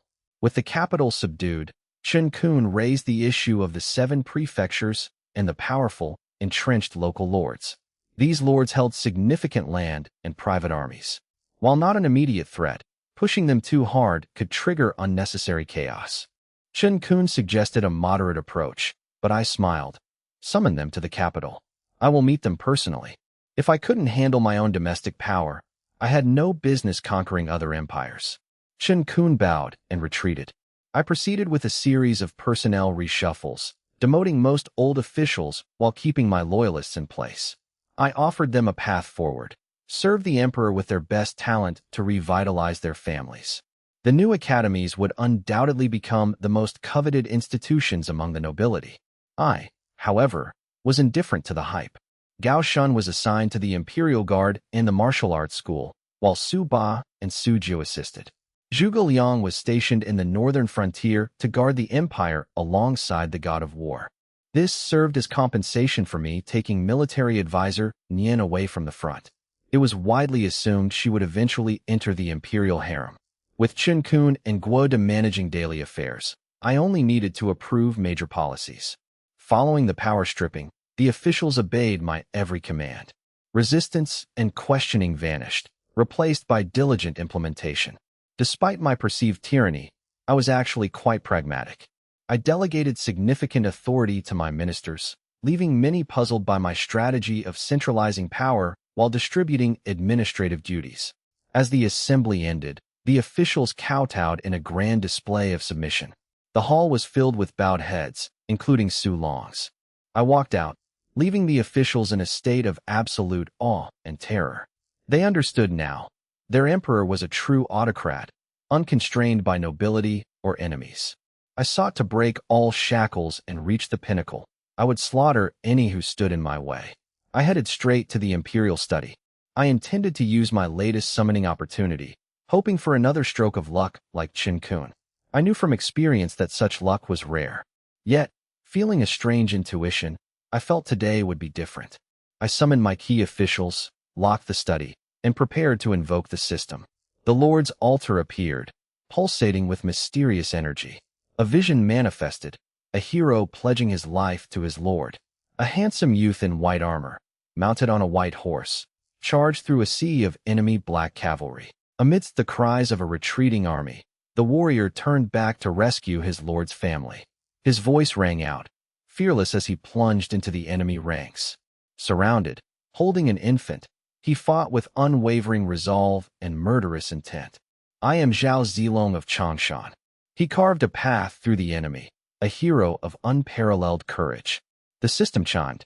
Ding. Congratulations, you have summoned a divine general. I stared at the vanished screen, my heart racing. What luck! I had actually summoned Zhao Zilong. My mouth twitched, speechless. No words could capture the sheer joy and exhilaration I felt. I had hoped for a powerful general, but Zhao Zilong exceeded my wildest expectations. As a transmigrator and a true Chinese, Zhao Yun, the loyal, white-clad general, was my absolute favorite from history. Was I a Three Kingdoms figure in my past life? I mused, shaking off my excitement. Aside from Shangwan Waner, my repeated summons of Three Kingdoms talents made me question the Lord's altar's mechanics. Fortunately, the altar remained functional after summoning a divine general, putting me at ease. The system displayed Zhao Yun's stats. Age 28, human, loyalty 100, max, Quality: Divine General. Strength: Peak Nirvana Realm. Skill: 100 Birds Facing the Phoenix Spear, a supreme technique that boosts attack power by 100%. 7 Snake Coil Spear, a self-created technique that increases attack speed by 100%. Talent: Courageous Hero, negates all fear and intimidation effects. Martial Arts Prodigy, passive talent, accelerates cultivation and prevents inner demons. Victorious General, passive war talent, ensures victory, boosts soldier morale, and increases their combat power by 100%. 5 Tiger Generals, a bond talent. If all 5 are summoned, martial strength permanently increases by 1. Item: Bright Silver Dragon Gallbladder Spear. Knight Shining Jade Lion, a legendary steed, king among horses, possessing immense speed and stamina. I nodded in approval, impressed by the stats. With these skills and items, Zhao Yun was a protagonist tier character, worthy of being called a Saint General. I wondered just how terrifying a Saint General would be if Zhao Yun was only the start. A quiet moment passed. System: Why is Zhao Yun only at the Nirvana realm? I asked. I expected a Divine General to be at the Legendary realm. The system explained. Divine and Saint Generals are summoned at their peak strength for their original plane, but can be upgraded via pills. My eyes lit up. This meant Zhao Yun's potential was uncapped and could reach Saint General status. This was excellent news. A single legendary powerhouse was worth countless Nirvana realm warriors. Why do I only summon from the Three Kingdoms plane? The system replied that it was merely a matter of my own luck. Why doesn't Zhao Yun have a specific troop buffing talent for White Horse Yitian? The system clarified that Divine/Saint Generals can buff almost any legion, rather than being restricted to one. After my inquiries, I turned to the colorful roulette. I spun the wheel and received 5 years of middle school, 3 years of simulation exam papers. I sighed. Fine, keep your rewards if you're going to be like this. I tossed the books into my lord's backpack. An attendant announced, Emperor Lord, Minister Guoda, and the others have arrived. Admit them, I said, composing myself. 33 officials, including the Minister of Rights and various military and civil leaders, entered the study. The room was packed with the Empire's most powerful figures. These were the men who held real power, many of whom were destined to be regional governors. I have summoned you today to request your calligraphy, I said with a smile. Attendants brought in ink and black scrolls. These were demon contracts, costing 330,000 public support energy in total. My reserves dropped to 4,000 points, but it was a necessary investment. I wanted total control to ensure stability, avoiding the need for tedious political maneuvering. Guoda stepped forward. As you command, Emperor Lord. He signed the contract first. The others followed suit, signing their names. I dismissed them after a brief, pleasant exchange. For the next 7 days, I worked tirelessly, consulting Chen Kun and others on national policy. I issued several new decrees. These included incentives for childbirth, free public schools, and tax reforms across the 7 prefectures. With the support of the capital's noble families, the treasury swelled, allowing me to win the hearts of the people. Other notable events occurred during this time. On the 3rd day, God of War Su Long left 10,000 Black Jade cavalry as Imperial guards before returning to the northern frontier. On the 4th day, the monthly system update granted me over 1,077,000 public support energy. On the 5th day, I summoned the Empire's top 100 lords and used demon contracts to secure their absolute loyalty. On the 6th day, these lords surrendered their wealth and lands. I kept them as officials, but sent Gao Shun and 100,000 new army soldiers to crush those who resisted. On the 7th day, the Emperor announced a 6-month recess from court, delegating duties to Chen Kun and Guoda. The public was stunned, unable to fathom why their benevolent emperor would step back from governance. Rumors spread that the emperor, having barely begun his reign, was already neglecting state affairs to indulge in the pleasures of his harem. These claims weren't entirely baseless, as the women surrounding the emperor were renowned for their breathtaking beauty. While the Orc and Dark Knight empires remained quiet, concerned citizens worried that the emperor was being dangerously complacent instead of strengthening the nation. Yet, the court officials remained remarkably calm. Since most influential ministers had been converted into my demon servants, They knew exactly what their emperor was doing. The Yanhuang Empire's situation was far from the disaster the rumors suggested. I had established a solid foundation and implemented policies focused on recuperation and growth. The empire's current priority was simply guarding the northern frontier and healing the internal wounds left by the previous dynasty to restore the 7 prefectures. With officials working diligently, there was little left for the emperor to do. I was a man of action, not empty gestures, so I saw no point in feigning a virtuous ruler persona while the state was stable. Thus, the man of action, I was currently traveling incognito in a luxurious, swaying carriage. No one suspected the lazy man lounging on a beauty's lap inside was the emperor of Yanhuang. Zilong, how far are we? I asked, eyes closed, enjoying the scent of the women around me. Reporting to the emperor, we have traveled 100 miles from the capital. The Qingjian duchy is still 2 months away. A clear, resonant voice replied from outside. A white-robed youth drove the carriage, a gleaming spear at his side, while a black warhorse trotted leisurely alongside. It was my latest summoned general, Zhao Zilong. Zilong, I murmured. Call me young master while we are out, not emperor. Understood, Zhao Zilong replied, focusing on the road. Zhao Zilong had become my 3rd personal bodyguard, following Gao Shun and Su Jiao. Many military generals in Yanhuang envied his position. It was well known that those who served as the emperor's personal guard were eventually promoted to powerful, high-ranking military commanders. Gao Shun commanded 100,000 troops, and Su Ba and Su Jiao had risen from frontier soldiers to leaders of the Imperial Guard. Zhao Zilong, unaware of the envy, remained hypervigilant, treating this journey with the utmost seriousness. Though only Zhao Zilong was visible, Yang Mingwei's Jinyui and the Imperial Guard followed within a 100-mile radius, providing comprehensive protection. An emperor could never truly travel alone. While visible forces were minimal, elite troops and experts shadowed them in secret. The Jinyui used unique stealth techniques to keep the army hidden, avoiding cities to remain undetected. Their concealment methods were remarkably profound. With 3 peak Nirvana realm experts present and Zhao Zilong's divine talents, even a legendary realm master would struggle to threaten them. Besides, legendary realm experts were the peak military deterrents of the 4 directions continents nations. They were like forbidden strategic weapons. One wouldn't just stumble upon them on the street. I remained relaxed, focused on my goal, reaching the Qingjian duchy to find the Su sisters. I hadn't seen them in a year and missed them dearly. With the domestic situation stable, I decided to take this time for myself. Inside the spacious carriage, 4 women accompanied me. I had only intended to bring Ling and her, but military advisor Nian insisted on joining.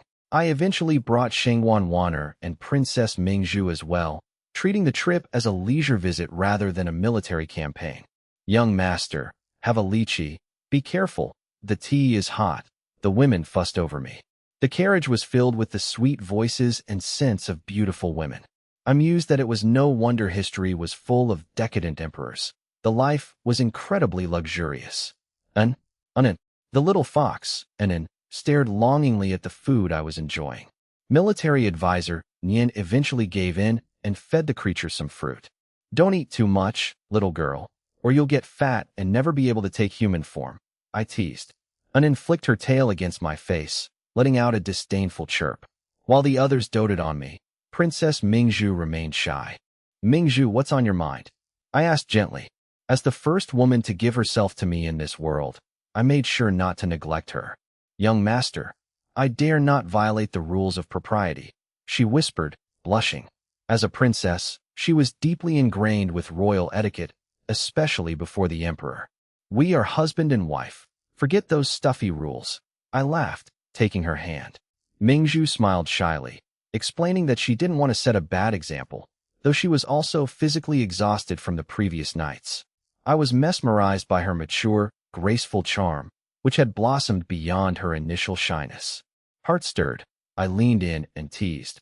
Where are you uncomfortable? Let me check. I am a master physician. Mingzhu blushed deeply. Young master, you are mocking me. The other women were too shy to initiate, leaving Mingzhu to bear the brunt of the emperor's newfound passion every night. She had been so sore that I had to carry her into the carriage. The other women giggled at her embarrassment. Since my consort is indisposed, shall I find someone else to serve me? I joked, eyeing the others. Which heroine is brave enough to step up? Ah, no way. How embarrassing. Ling and shrieked and Shangwan Wan'er hid her face, but military advisor Nian boldly shoved a lychee into my mouth. Eat your fruit and be quiet. Nian smiled seductively. As for serving you, if you aren't afraid of being overheard, we can certainly do it right here in the carriage. I felt a jolt of electricity from her gaze and could only laugh bitterly. With a long journey ahead to the Qinjian Duchy, they would be spending many more days together in the carriage. I, though an emperor, was a martial artist capable of enduring the journey. The four women were delicate and unaccustomed to hardship. Despite their persistence, my concern for them forced me to slow our pace. I did not waste this time during our intermittent travels. By the second month, I had accumulated 1 million public support energy, providing me with the foundation needed for cultivation. With this energy, I balanced sightseeing with my women while pushing my martial Dao strength to the peak of the Ranshan realm. Since ascending as emperor of the Yanhuang Empire, I had been incredibly busy. I had to manage state affairs, cultivate my strength, and attend to my companions. I realized that being a good man was truly a difficult task. This was my reflection after 2 months of travel. They arrived at a restaurant in the capital of the Qinjian Duchy. System, congratulations, host. Strength has reached the peak. This cultivation consumed 51,677 public support energy. The true Emperor Scroll was powerful, but its consumption of public support energy was staggering. Breaking through to the peak of the Ranshan realm had cost over 200,000 energy. I sighed at the system's redundant congratulations. I finished my session and stood up. The capital was a prosperous city that valued both literature and martial arts. Though called a duchy, its actual territory consisted of only a few cities. It was named after the Qinhai Cliff and the Sword Pavilion, two martial organizations specializing in Qin Dao and sword arts, respectively. Once top-tier human factions, they had declined into second-rate status due to a lack of legendary realm experts. 3,000 years ago, they merged to form the Qinjian Duchy, accepting disciples from various races to ensure their survival. Over 3 millennia, the duchy had become a stable, albeit not overly powerful, regional force with many allies. Though originally human-led, the constant recruitment of other races had shifted the internal demographics. Experts predicted that within a century, other races would fully absorb these factions, further diminishing human influence. The duchy lacked a monarch, governed instead by a 13-member council of elders from both sections. It was a nation governed by martial sections. This was common on the Four Directions continent, where divine power and secular authority intertwined. Many nations lacked kings, being controlled entirely by their dominant sects or powerful families.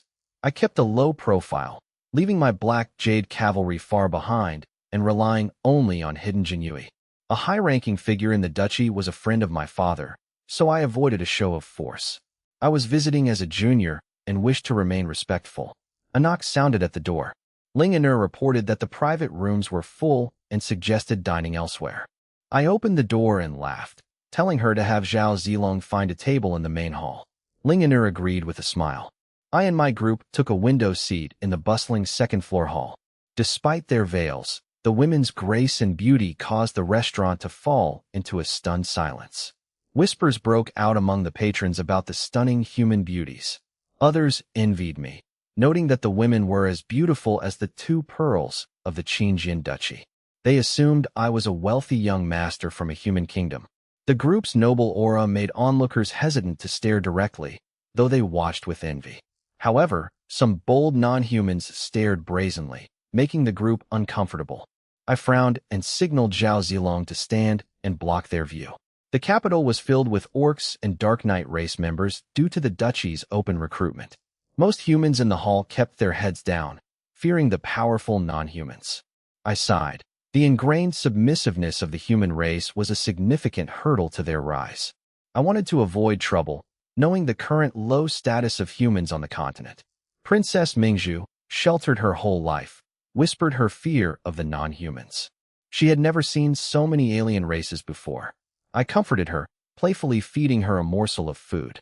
Military advisor Nian giggled, casting a charming, flirtatious glance at me.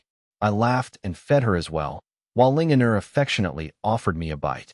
Anin the fox girl scoffed, hopping onto the table to scavenge for food with her paws. Their display of affection drew jealous glares from the crowd, who wished they could snatch the beauties away. Human beauties were highly coveted on the continent, much like those of the elves. Sensing the group's hidden strength, the non-human experts hesitated to act, but someone was arrogant enough to challenge them. A voice shouted at the manager, complaining that their reserved table had been given to lowly humans. The speaker expressed open contempt for the human race. The humans in the hall trembled, while I looked up, intrigued. A haughty man stood at the stairs, his identity revealed by the 2 pairs of white wings on his back. He was of the winged race. He pointed at my table with a look of arrogant disdain and greed. I narrowed my eyes as the crowd whispered in awe. The man was a Baishui realm expert from the royal bloodline of the winged race. The 4 Directions continent categorized races into various tiers. Above the rest were the 10 supreme races. These included the demon-human, god-human, orc, elf, dwarf, giant, sea, dragon, stone, and winged races. Each had unique traits, such as the orcs' immense physical strength and the diversity of their sub-races. The winged race were natural flyers, and the number of wings on their backs corresponded to their level in the 9 realms of martial Dao. 4 wings indicated Baishui realm strength, while 9 wings signified a legendary realm expert. The 4 Directions continent is home to countless races, including elite ones like the Dark Knight, Dark Elf, Three-Eyed, Elemental, and Half-Dragon races. Despite the human race having the largest population and occupying the most empires and duchies, they are universally regarded as the lowest-tier race. This status has long troubled me. In my past life on Earth, humans dominated an entire planet with advanced technology that could rival the heavens. Yet, on this continent, the human condition is illogical. Where is the legendary human wisdom and unity? I find no historical record explaining why the most populous race holds the lowest status. Their standing is barely above that of the subterranean kobolds. Despite my research, all historical texts remain silent on the cause of this disparity. Driven by a desire to uncover the truth and elevate my race, I sit in a restaurant hall. Young Master E, you didn't reserve a table, the Dark Knight race manager says, tail swaying and eyes fawning. I can ask those humans to vacate one for you. The manager, a member of the Dark Knight race, bows and scrapes, terrified of offending the winged race. He knows the winged race is one of the top 10 powers. The white wings on the youth mark him as royalty. The manager assumes the humans will yield to such a figure. I said I wanted that spot. The youth, Etiquette, sneers. Do you think I'm someone who just walks away? Etiquette holds his head high, glaring at the manager. The manager turns pale, stammering. Of course not, young master. Please, don't lower yourself to argue with these lowly humans. While the Xinjiang capital is full of aliens, the 2 major sects are led by humans, keeping other races relatively restrained. The manager tries to keep the peace. I insist on this. Etiquette snaps. He marches toward my table. Oh no, someone whispers. He calls himself this king. Is he the winged prince here to study martial Dao? That's just an excuse. He's clearly here for those women. Those humans are doomed. Others murmur, noting Etiquette's lecherous reputation. The restaurant watches as humans keep their heads down and alien powerhouses look on with amusement. Some feel schadenfreude, others pity. No one respects the humans. They are seen only as targets for bullying. Etiquette stops before me, looking down with arrogance. Nearby humans tremble, but I continue chatting with my 4 female companions, unfazed. I ignore Etiquette entirely. You occupy my seat, yet you eat and drink instead of kneeling? Etiquette sneers. Typical trash race. I sigh, annoyed by the prejudice. The women frown at Etiquette's lewd gaze. Kneel, one of Etiquette's guards bellows, unleashing his gang chi. The pressure mounts, and onlookers pity me. No one dares intervene against a winged prince. No one wants to offend the winged race for the sake of lowly humans. Is your name written on this table? I asked, sipping my wine. My word is the law. Kneel, pay compensation, and I might let you live. Etiquette demands. He looks at me with deep, visceral disgust, as if viewing a subhuman creature. His eyes linger greedily on the four women. His intent is clear. He wants to seize them. The crowd realizes Yitian's true goal. Don't think having wings makes you special, I say calmly. Get lost while I'm still in a good mood. The hall goes silent in shock at my audacity. Yitian laughs coldly. No one speaks to me like that. You really aren't afraid of death, human. Perhaps you want to watch your companions become my playthings? Yitian mocks. My eyes turn icy, ready to strike, but another voice intervenes. Enough! A human martial artist stands up. This is the Qingjian Empire. There are plenty of empty tables. Why harass them? The man speaks firmly. He hopes to resolve the conflict before I suffer. What did you say? Yitian's guard growls, threatening the man. The man is only at the Baishui realm, but he has guts. He bows humbly, trying to de-escalate. Young master, please, take my table instead. I will pay for your meal as an apology. He tries to shield me from the inevitable violence. It is a rare display of human solidarity. You want to pay for me? Yitian smiles mockingly. Yes, just let them go, the man pleads. Before he can finish, Yitian vanishes. Using the winged race's signature speed, he appears instantly before the man. A blade pierces the man's chest. The man coughs blood, his body convulsing in agony. He stares at Yitian in disbelief. The blade twists. Yitian yanks the dagger out, spraying blood across the floor. I tried to help. Why? The man gasps. He collapses, dying on the floor. You aren't worthy to treat me. Yitian sneers. I kill subhumans for no reason at all. He looks at the dying man like he is trash. He hasn't forgotten his goal of taking the women. The crowd watches in horror at the prince's casual, bloodthirsty cruelty. My wine glass shattered as my expression turned icy. Yitian's sudden attack on the human martial artist caught everyone, including me, off guard. The human martial artist spat blood, his eyes filled with despair as he looked at the cowering humans in the tavern. How can you just watch the winged race bully our own and not fight back? His voice was heavy with grief and indignation as he neared death. The other humans kept their heads down, none daring to even glance at Yitian, save for me, whose gaze grew colder. Many humans trembled, shoulders hunched in shame. Fear, frustration, and anger paralyzed them. They didn't even dare look at the winged race member. They feared Yitian's wrath. They knew that if a human killed a winged race member, the Qingjian duchy would hunt them down, whereas Yitian would face, at most, a light reprimand. Who would offend a royal of the 10 great races for a few lowly humans? Humans, how pathetic. I am one of them.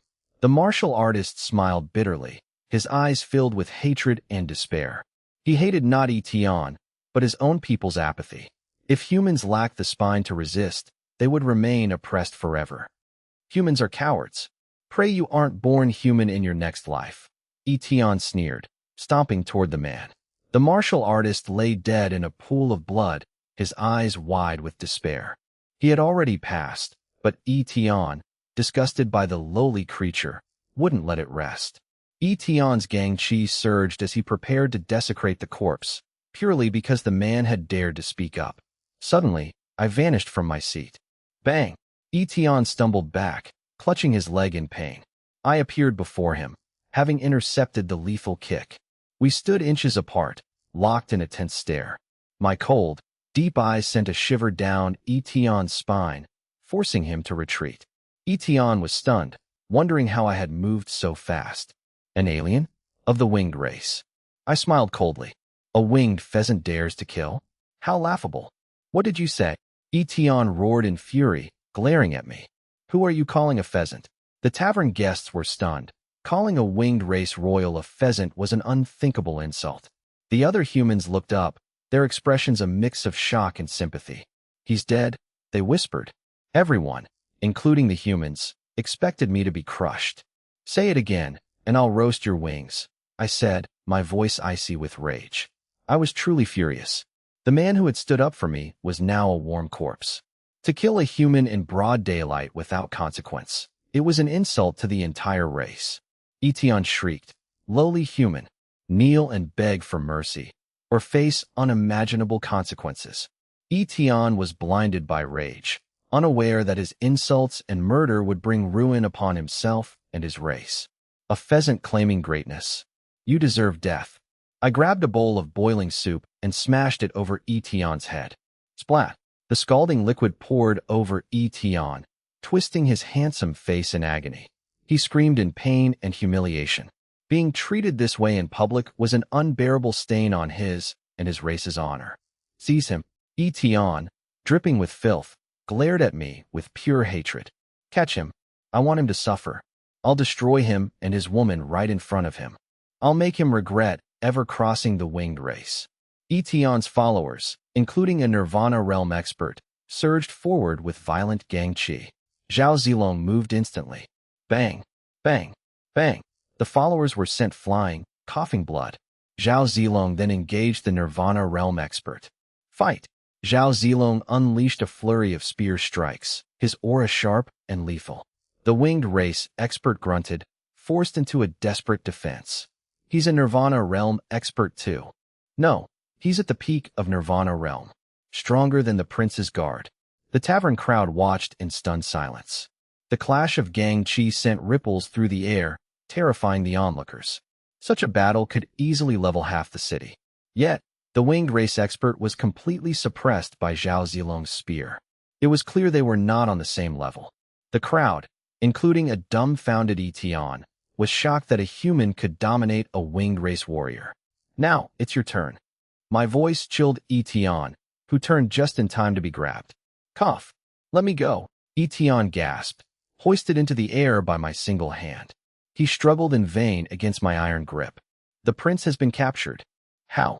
He's a Baishui realm expert. Look at his gang chi. It's condensed and pure. That's Ranshan realm. My god. A human Ranshan realm expert at such a young age? He rivals the top prodigies of the Sword Pavilion. The humans in the tavern stared in disbelief at the sight of a human holding a winged race royal by the throat. When a race is constantly oppressed, they either perish or rise through blood and fire. I had shattered their expectations, proving who truly held the power. Yitian had brought a Nirvana realm guard for safety, but Zhao Zilong had proven superior. While Yitian's Baishui realm talent was decent, my Ranshan realm strength was on a different level entirely. The tables had turned. Cough. Let me go, you bastard. Yitian gasped for air, his face turning purple, while I watched him with cold, silent indifference. Roar. The winged race Nirvana realm expert roared in desperation, attempting to break past Zhao Zilong to save the young prince. Zilong, kill him, I commanded calmly. Understood. Zhao Zilong replied. Zhao Zilong didn't look back, his spear tips swirling as he unleashed his technique. 7 snake coil. 7 star-like spear points shot out, shocking the Nirvana expert. What technique is this? The 7 strikes moved like venomous snakes. The expert dodged and parried them with extreme difficulty. He narrowly avoided the final strike, but just as he exhaled, a sound echoed. Poochie. A sharp pain erupted in his back. The final spear point had returned like a boomerang. You. The expert vomited blood, his eyes wide with disbelief, before collapsing to the ground with a thud. The entire room fell into stunned silence. No one expected Yitian's provocation to end with his guards dead and himself in mortal danger. Now, only you remain, I said, staring at Yitian. I beg you, let me go. Yitian wheezed, his eyes rolling back. I dropped him, but as Yitian gasped for air, I delivered a brutal whip kick. Bang! Ah! Yitian shrieked as he slid backward, smashing through tables and chairs, his face swollen and bloodied. He's not stopping.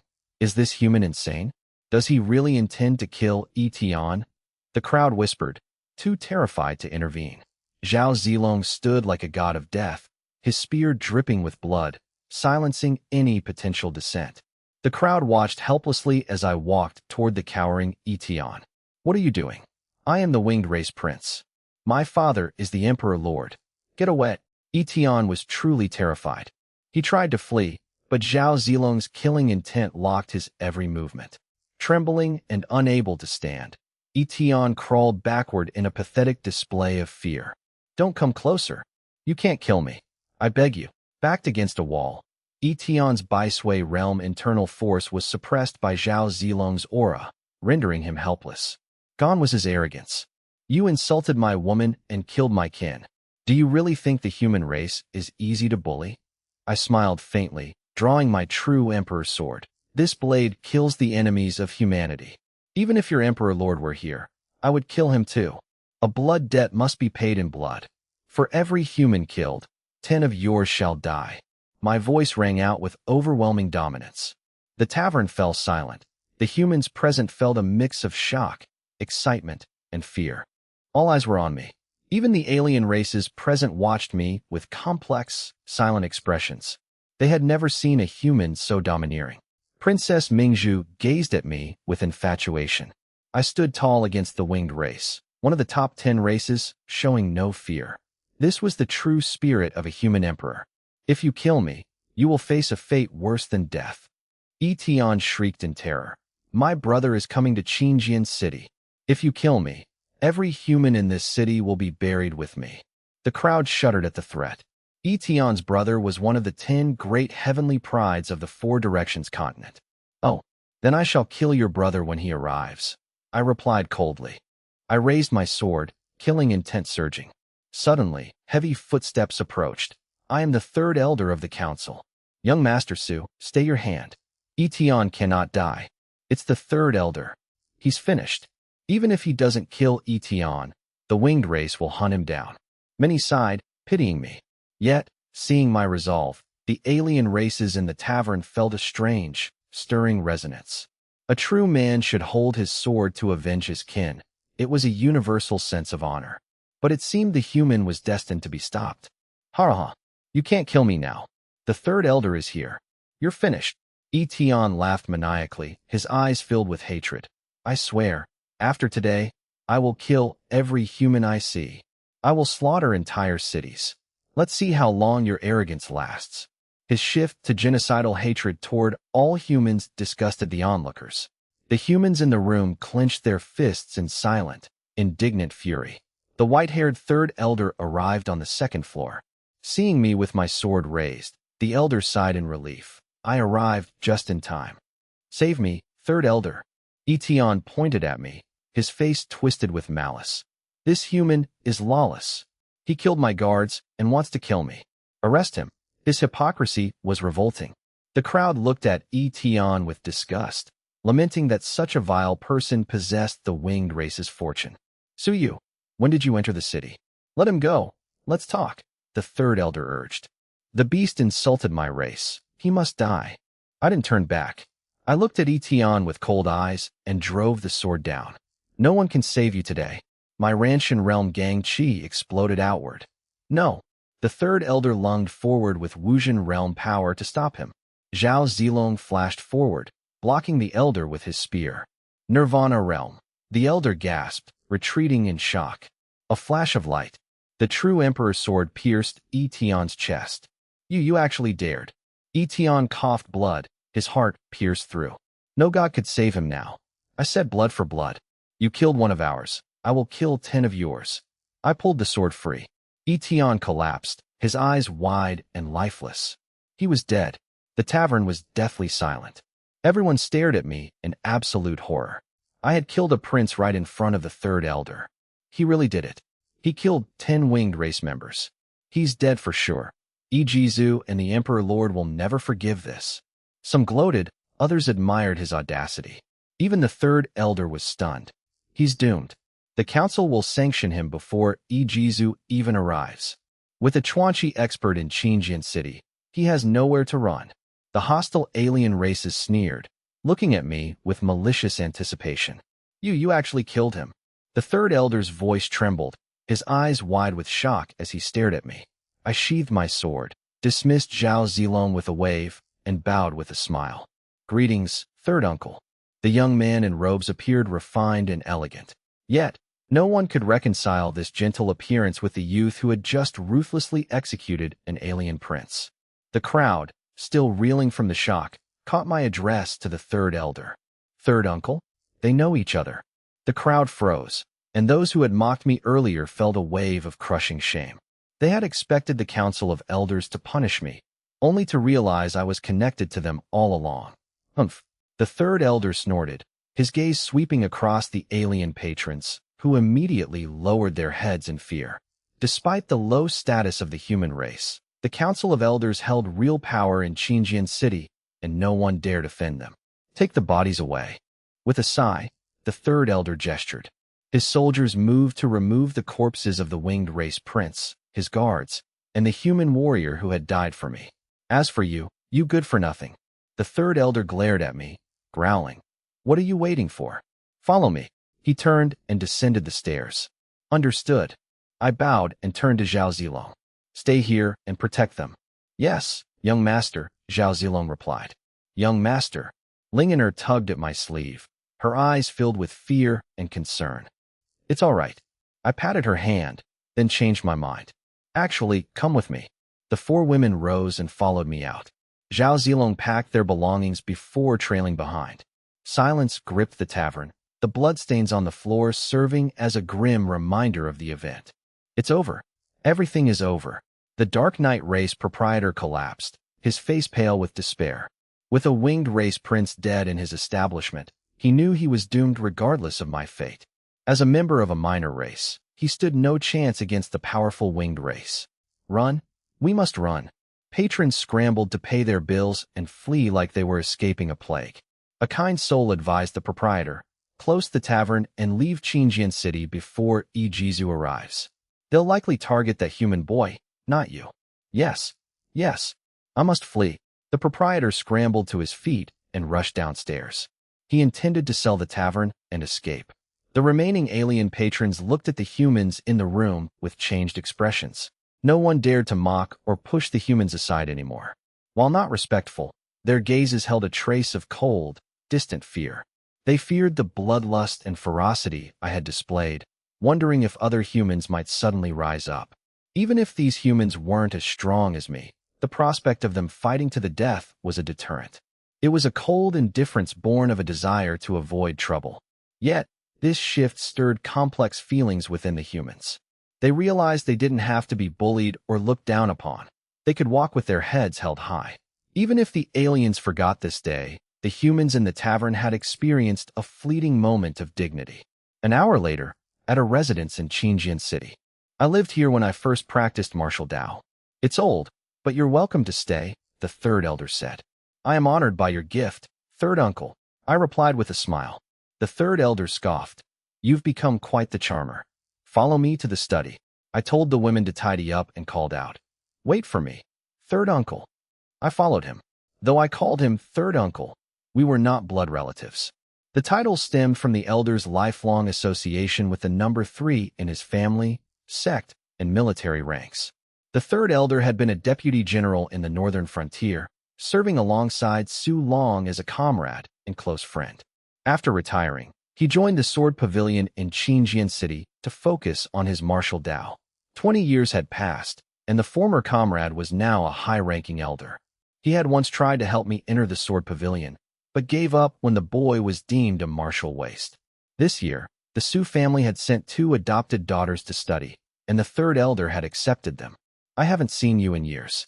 I didn't expect you to have mastered martial Dao, and with such strength. In the study, the third elder asked, when did you start? What is your current realm? I noticed a glimmer of pride in the old man's eyes. Having never married or had children, the third elder treated me like his own son. I only opened my meridians last year. I've reached the peak of the Ranshin realm. It's nothing special, I said humbly. The third elder's teacup shook, and he nearly spilled it in shock. He set the cup down and paced around me, his eyes wide with disbelief. Peak Ranshin realm after only 1 year? Are you lying to me? The third elder's voice was stern. I chuckled and floated into the air, the hallmark of the Ranshin realm. My heavens! The third elder was stunned, his jaw dropping. You truly are in the Ranshin realm. Indeed. Does Su Long know? Father is aware. That old dragon. He kept this from me. I'll have to teach him a lesson later. The third elder nodded, clearly satisfied. My talent, achieving the peak of Ranshin in 1 year, crushed the geniuses of the entire continent. Tears of excitement welled in the third elder's eyes. Good lad. You've lived up to the Su family bloodline. 19 years of waste, only to shock the world. This is the true talent of a Su. The third elder laughed heartily, delighted. He and Su Long had spent years worrying about my future, and now, that worry had turned into immense pride. The third elder once braved the eastern continent's forbidden zones and the elven race for life-giving water, and knelt before the orc palace for a drop of behemoth blood, all to help me practice martial arts. My greatest guilt stems from the third elder being ambushed by legendary realm beasts while gathering herbs, leaving him severely wounded and his cultivation crippled. This remains the source of my deepest regret. Though I have only been in this world for 3 years, my memories have merged, and the third elder's kindness is etched into my soul. Having been treated with immense care over these 3 years, I hold my uncle in the highest regard. Just as I began to speak, the third elder's joyful expression suddenly darkened into a scowl. Umph, a Ranshan realm cultivator. Do you think reaching this level in a year makes you an invincible genius who can kill Yitian at will? The third elder glared at me, frustrated. Do you realize Yitian is the winged race's favorite prince? You've brought disaster upon us, and your father. He was just a winged tribesman. Killing him was no matter. I replied nonchalantly. My domineering nature dictates that I will always strike back when provoked. You, the third elder sighed. Are you not afraid the winged emperor will hunt you down? Not at all. I smiled. Peer-to-peer combat is standard on the Four Directions continent. If the emperor breaks the rules to kill a junior, his race will face the consequences. Even among the 10 top races, there is an unspoken rule against elders interfering in junior disputes. If the winged emperor targeted me, God of War Su Long would undoubtedly retaliate. Su Long would likely hunt down the winged race's youth across the continent. The human race may be weak, but their evil dragon is feared. If elders start killing juniors, no one would be safe to train. No race dares to set such a precedent. I am confident the winged emperor won't dare move against me, even in secret. The top races are constantly watching each other, limiting the winged race's options. My recklessness is actually a calculated move to leverage the balance of power. I am exploiting the mutual suspicion between the 10 great races. Fine, but what about Yitian? The third elder countered. Yitian is coming to Qingjian City soon. He is a peer, so if he kills you, I cannot protect you. Yitian is one of the 10 supreme heavenly prides, a Nirvana realm peak expert on the verge of the legendary realm. The third elder cannot intervene in junior fights, but I laughed.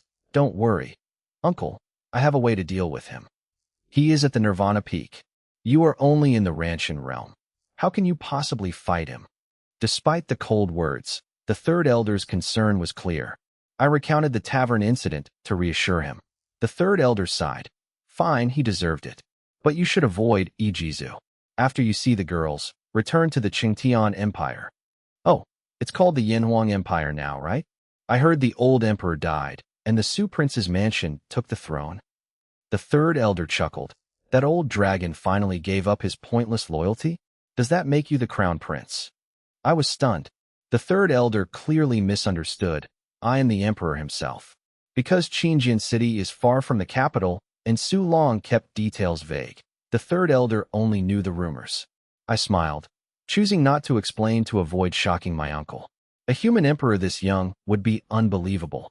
I also ignored the advice to flee from Yitian. I never run from enemies, potential or otherwise. Oh, uncle, I just remembered. How is your injury recovering? I asked, tapping my head. The third elder had once been as strong as, if not stronger than, Su Long before his injury. Now, the world only knows the evil dragon, forgetting the elder who once matched him. Humph, at least you have a conscience. The third elder replied gloomily. Don't worry about me. This old bone isn't dying yet. I could see the third elder had been struggling to heal for years.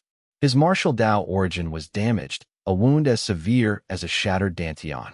Most would have died or lost all cultivation. The fact that he reached the realization realm is a miracle. Don't be so down, uncle. I leaned in, acting mysterious. Guess why I came to Qingjian City? Obviously to see your 2 little sweethearts. The third elder rolled his eyes. I know you youngsters. You're just worried someone else will snatch them up. The bond between me and the Su sisters was an open secret. Since they aren't blood-related, the elders have turned a blind eye to their romance. You guessed wrong. I came specifically to cure you. I lied shamelessly. The third elder laughed, patting my shoulder. You brat, when did you learn to heal? I have a miraculous pill that will restore you to your peak. Wait here while I fetch it. The third elder laughed, enjoying his nephew's filial piety. Even if the cure failed, the gesture alone warmed the third elder's heart. I walked out, found a secluded spot, and asked the system to scan the third elder and find a cure. The Myriad Realms Mall contains everything, provided one has the resources. Ding. Scanning. The system had already recorded the third elder's data, making the analysis instantaneous. A moment later, the system responded. Host, the elder's Martial Dao Foundation is severely damaged. I recommend the Little Zazai Immortal Pill. With internal force, he will fully recover within 7 days. My eyes lit up. Exchange it immediately. I commanded. Little Zazai Immortal Pill. An immortal realm pill that heals the Martial Dao origin, heart demons, and cultivation backlash. Cost, 100,000 public support energy. This pill is far superior to anything on the Four Directions continent. The price, however, made me wince. 100,000 points for a single pill? The cost was as staggering as its effects. Yet, I didn't hesitate. With 950,000 points remaining, I would pay any price for my uncle. The third elder suffered for me. Now that I have the means, I will not stand by. Gratitude is my principle. Clutching the wooden box, I strode back to the study. Uncle, I've brought the medicine. I smiled and handed over a wooden box. Third uncle, try this. I guarantee it will cure your illness. Is it truly that miraculous? The third elder chuckled, accepting it despite his skepticism. He knew his injuries were severe. Even the best elixirs provided by God of War Su Long had failed. He had long since given up hope. To indulge me, he took the pill. Let's see what special properties your miracle drug has you. His tone was filled with playful mockery. I remained calm and urged. Third uncle, sit cross-legged and guide the medicinal power. The third elder remained unconvinced, doubting a junior could succeed where experts had failed. Fine. He closed his eyes. He intended to merely go through the motions to please me, harboring no real expectations. However, the pill melted instantly, releasing a fragrant energy. Shocked by the potent, gentle energy, he hurriedly began to meditate and guide the flow. A flush of red appeared on his face as the powerful effects took hold. He felt his internal force surge, the lingering death chi dissolving rapidly as his martial foundations healed. Boom! A thunderous roar echoed from within him, shaking his very core. Bang! A visible, gentle light flashed across his body, followed by a surge of immense power. His chronic internal injuries were completely healed. His peak strength had returned. I watched as the third elder's Gang Chi evolved, breaking through the realization realm, then the Nirvana realm, and finally the legendary realm. I felt the surging power within me. Boom! A legendary realm aura erupted, piercing the sky like a sword, venting 20 years of suppressed frustration. A legendary expert had appeared in Qingjian City. Martial artists throughout the city sensed the pressure and looked toward the third elder's residence. That pressure, it's the legendary realm. Has someone broken through? Impossible. There was no heavenly phenomenon. But that is definitely legendary pressure. The crowd was stunned and bewildered. No one dared to approach. Qingjian City now had a second legendary expert, and no one knew who it was. At the Sword Pavilion, several elders gathered at Sword Cliff, gazing toward the city. That's the third elder's residence. He's recovered? He was hiding his strength all along. They murmured, their reactions mixed.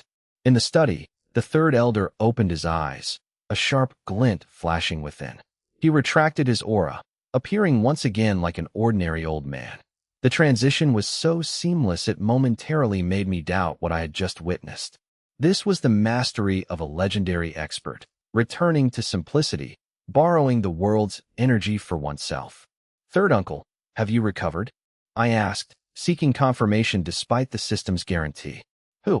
The third elder exhaled a breath of turbid air that turned a jade teacup into dust. Fully recovered. I just need a few days to stabilize. He looked at me with a mix of gratitude, relief, and solemnity. Excellent. I told you it would work, didn't I? I laughed. You have a good heart, Yor. To see you rise and receive your help in my final years, it is truly wonderful. His voice trembled with emotion, tears welling in his eyes. He felt the pride and relief of an elder being cared for by his descendant. It is only right, third uncle. You suffered for 20 years for my sake. I smiled. However, where did you get this pill? The third elder warned sternly. Do you know how many experts would kill for this? If word gets out, you will face endless trouble. Don't worry, third uncle. That was the only one in existence, I replied with a shrug. I realized I had underestimated the potential fallout. The elder's caution was indeed wiser than my own. Good.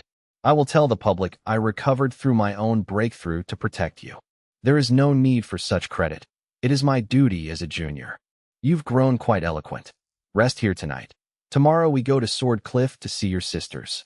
Thank you, third uncle. I've missed them, but I worry about Ijizu. I hinted cautiously. Ijizu is nothing. Even his father wouldn't dare act recklessly here while I am alive. A sharp, cold sword intent flickered from the elder. Had he not recovered, he would have urged me to flee. But now, with his strength restored, he feared no one. Then I leave it to you, third uncle. I smiled. The 100,000 public support energy was well spent. I'm leaving now. Rest well. The third elder departed in a hurry. He was eager to test his restored strength after 20 years of misery. I understood his excitement. I ordered Zhao Zilong to have the Jinui infiltrate the city as servants to provide security and gather intelligence. As I made arrangements, I remained unaware of the brewing controversy outside. Did you hear? Yitian was killed by someone from another race at the Four Seas restaurant today. Really? Who would dare kill the winged race, Emperor Lord's favorite son? Was it the orcs, the god-humans, or the demons? No, it was a human who killed him. Impossible. A human would dare? Aren't they afraid the winged race emperor will retaliate against the human nations on the Four Directions continent? It's true. I saw it myself. A human noble was provoked by Yitian. When a human martial artist tried to intervene and apologized, Yitian killed him. The noble flew into a rage. His Nirvana realm attendant crushed Yitian's guards, and the noble killed Yitian himself. He did it right in front of the third elder. It was insane. Rumors spread through Qingjian City, shocking everyone. Humans became cautious as various races' heavenly prides arrived for the incident, and Ijizu was expected to arrive soon. Instead of standing tall, the humans in Qingjian City became cowardly and hid indoors. They feared running into the winged race, blaming me for my meddling and for killing Yitian. Some even argued I should have handed over my 4 companions to avoid this trouble. Human nature is inherently selfish. They never consider others' perspectives. When misfortune hasn't struck, they remain indifferent or mock heroes. When it does strike, they act like stray dogs, lamenting their fate and begging for a hero to save them. This is the baseness of human nature, a result of centuries of ingrained slavery. Though few, the sheer number of humans ensures that in large crowds, traitors will always emerge. I remained unaware of the city's panic or the rumors regarding me. After a pleasant dinner, I gathered with my 4 women, pondering my choice for the night. In my room, Nian and Lingener played music, Shangwan Waner danced, and Princess Mingzhu served me. The atmosphere grew intimate. It's late. Any volunteers for tonight? I lounged back, eyeing the 4 beautiful faces with a mischievous smile. The women blushed. I'm tired. I need to bathe, Nian said. Lingener and Shangwan Waner quickly agreed. When I suggested bathing together, they refused. Nian blushed, insisting, I'll bathe with the sisters. It's improper for you to join us, Emperor Lord. Fine, I'll wait for you all, huh? I teased. The women's hearts raced, their legs turning to jelly from shyness. Watching the 3 beauties blush was a rare, delightful sight. Perhaps Princess Mingzhu should serve the Emperor Lord tonight, Nian suggested, leaving a flustered Mingzhu behind. Nian and the others giggled and fled the room. Left alone with Mingzhu, I sighed with a wry smile. I lamented the 3 cunning foxes for always passing the buck. Don't worry, I'll get back at them for you later, I promised, stroking Mingzhu's hair. Mingzhu blushed, lowering her head, and whispered, Emperor Lord, let me help you undress. The night was a blissful, intoxicating blur. The next morning, Lingener snuck into the room to help me wash. She was distracted, blushing as she glanced at the sleeping Mingzhu. Stop peeking, Or I'll eat you too, I teased, flicking her forehead. You're just scaring me, she complained. Then I'll pick you tonight. No running away. I insisted. Lingener shyly agreed. A servant's voice interrupted the moment. Young master, the third elder is waiting to take you to the sword pavilion.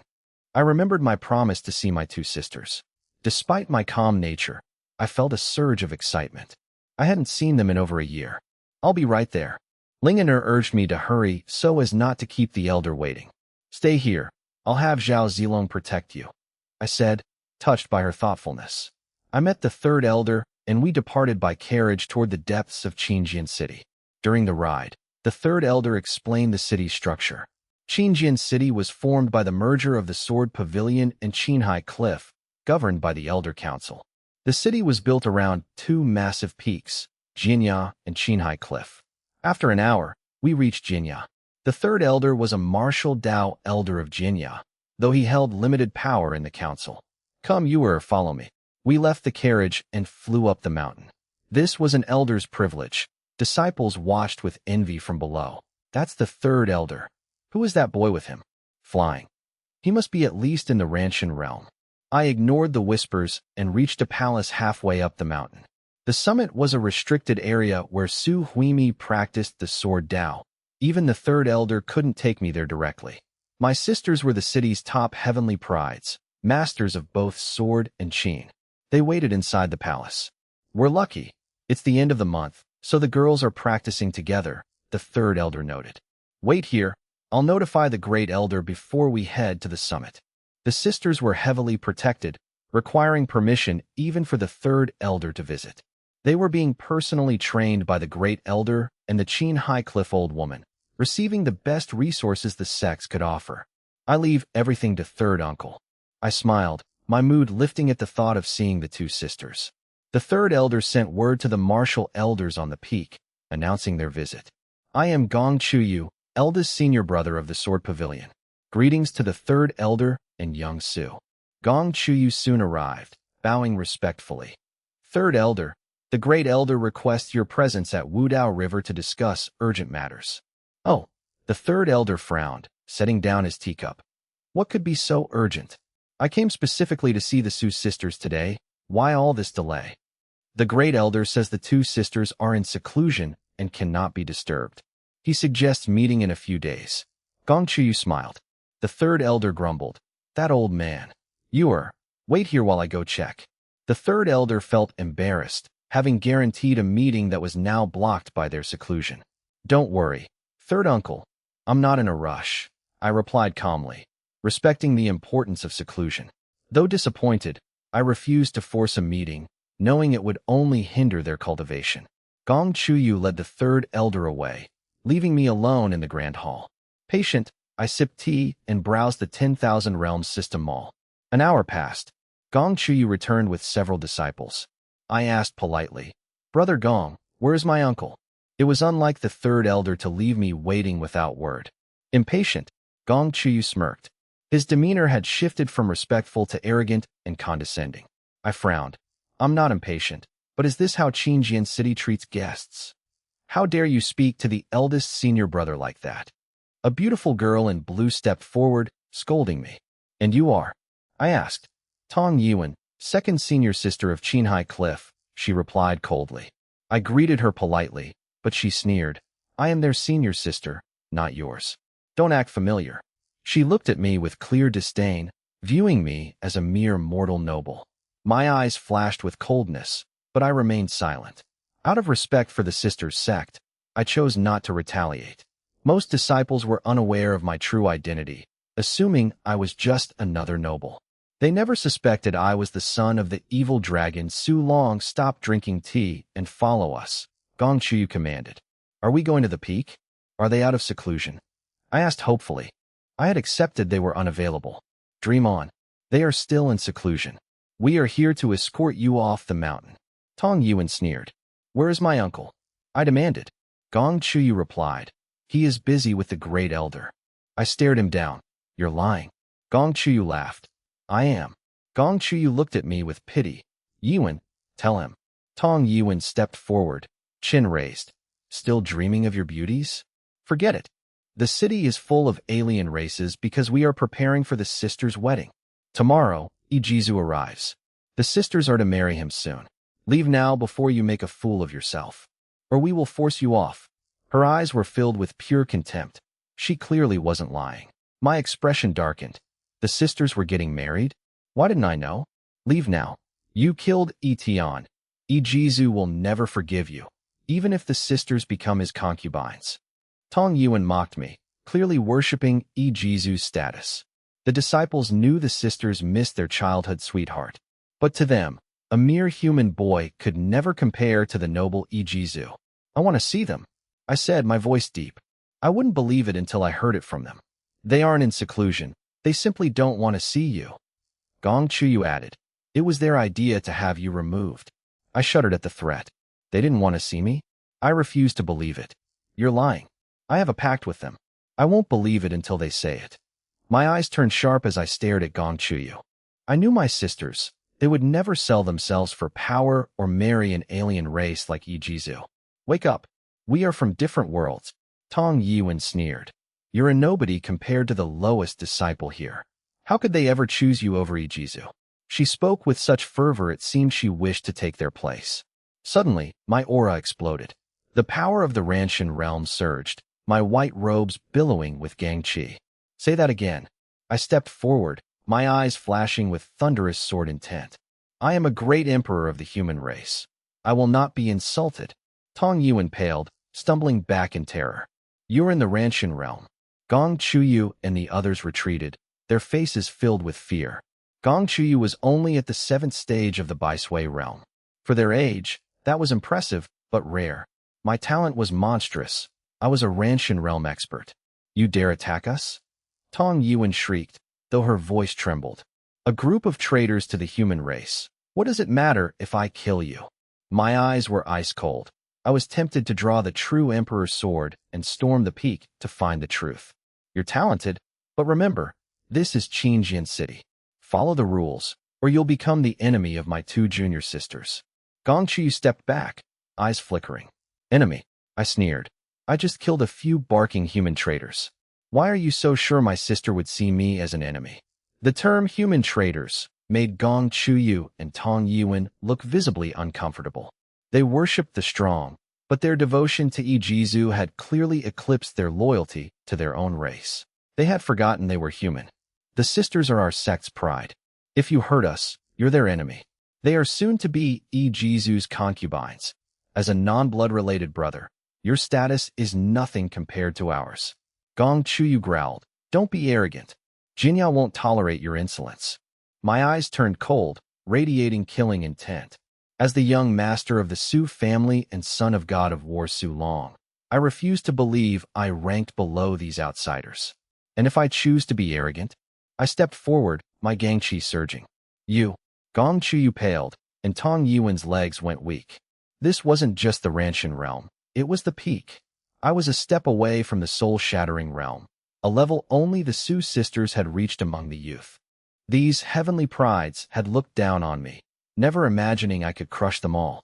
Shame burned on their faces as they recalled their previous arrogance. Get out of my way. I'm going up the mountain. My thunderous roar sent the group scrambling back in fear. As Gong Chuyu faltered, an angry, aged voice boomed. How arrogant. You think you can just walk into our restricted peak? A flash of sword light revealed a short, old man blocking my path. Though small, the man radiated a sharp sword intent that made my skin prickle. Second Elder. Tong Yuan and the others cheered, finding their backbone. You're finished, Gong Chuyu smirked. Second Elder? I paused, my eyes narrowing in caution. The old man was a master, clearly above the Ranshan realm, though he was suppressing his aura. Second Elder, I only came to visit my sisters, but your disciples have been insufferably arrogant. I calmed my aura and bowed, maintaining my composure. I knew I couldn't force my way past such a master. You're just a family scion. Do you expect my disciples to welcome you with a smile? What right do you have? The Second Elder's aura surged like a tidal wave, crushing down on me. It was the Nirvana realm.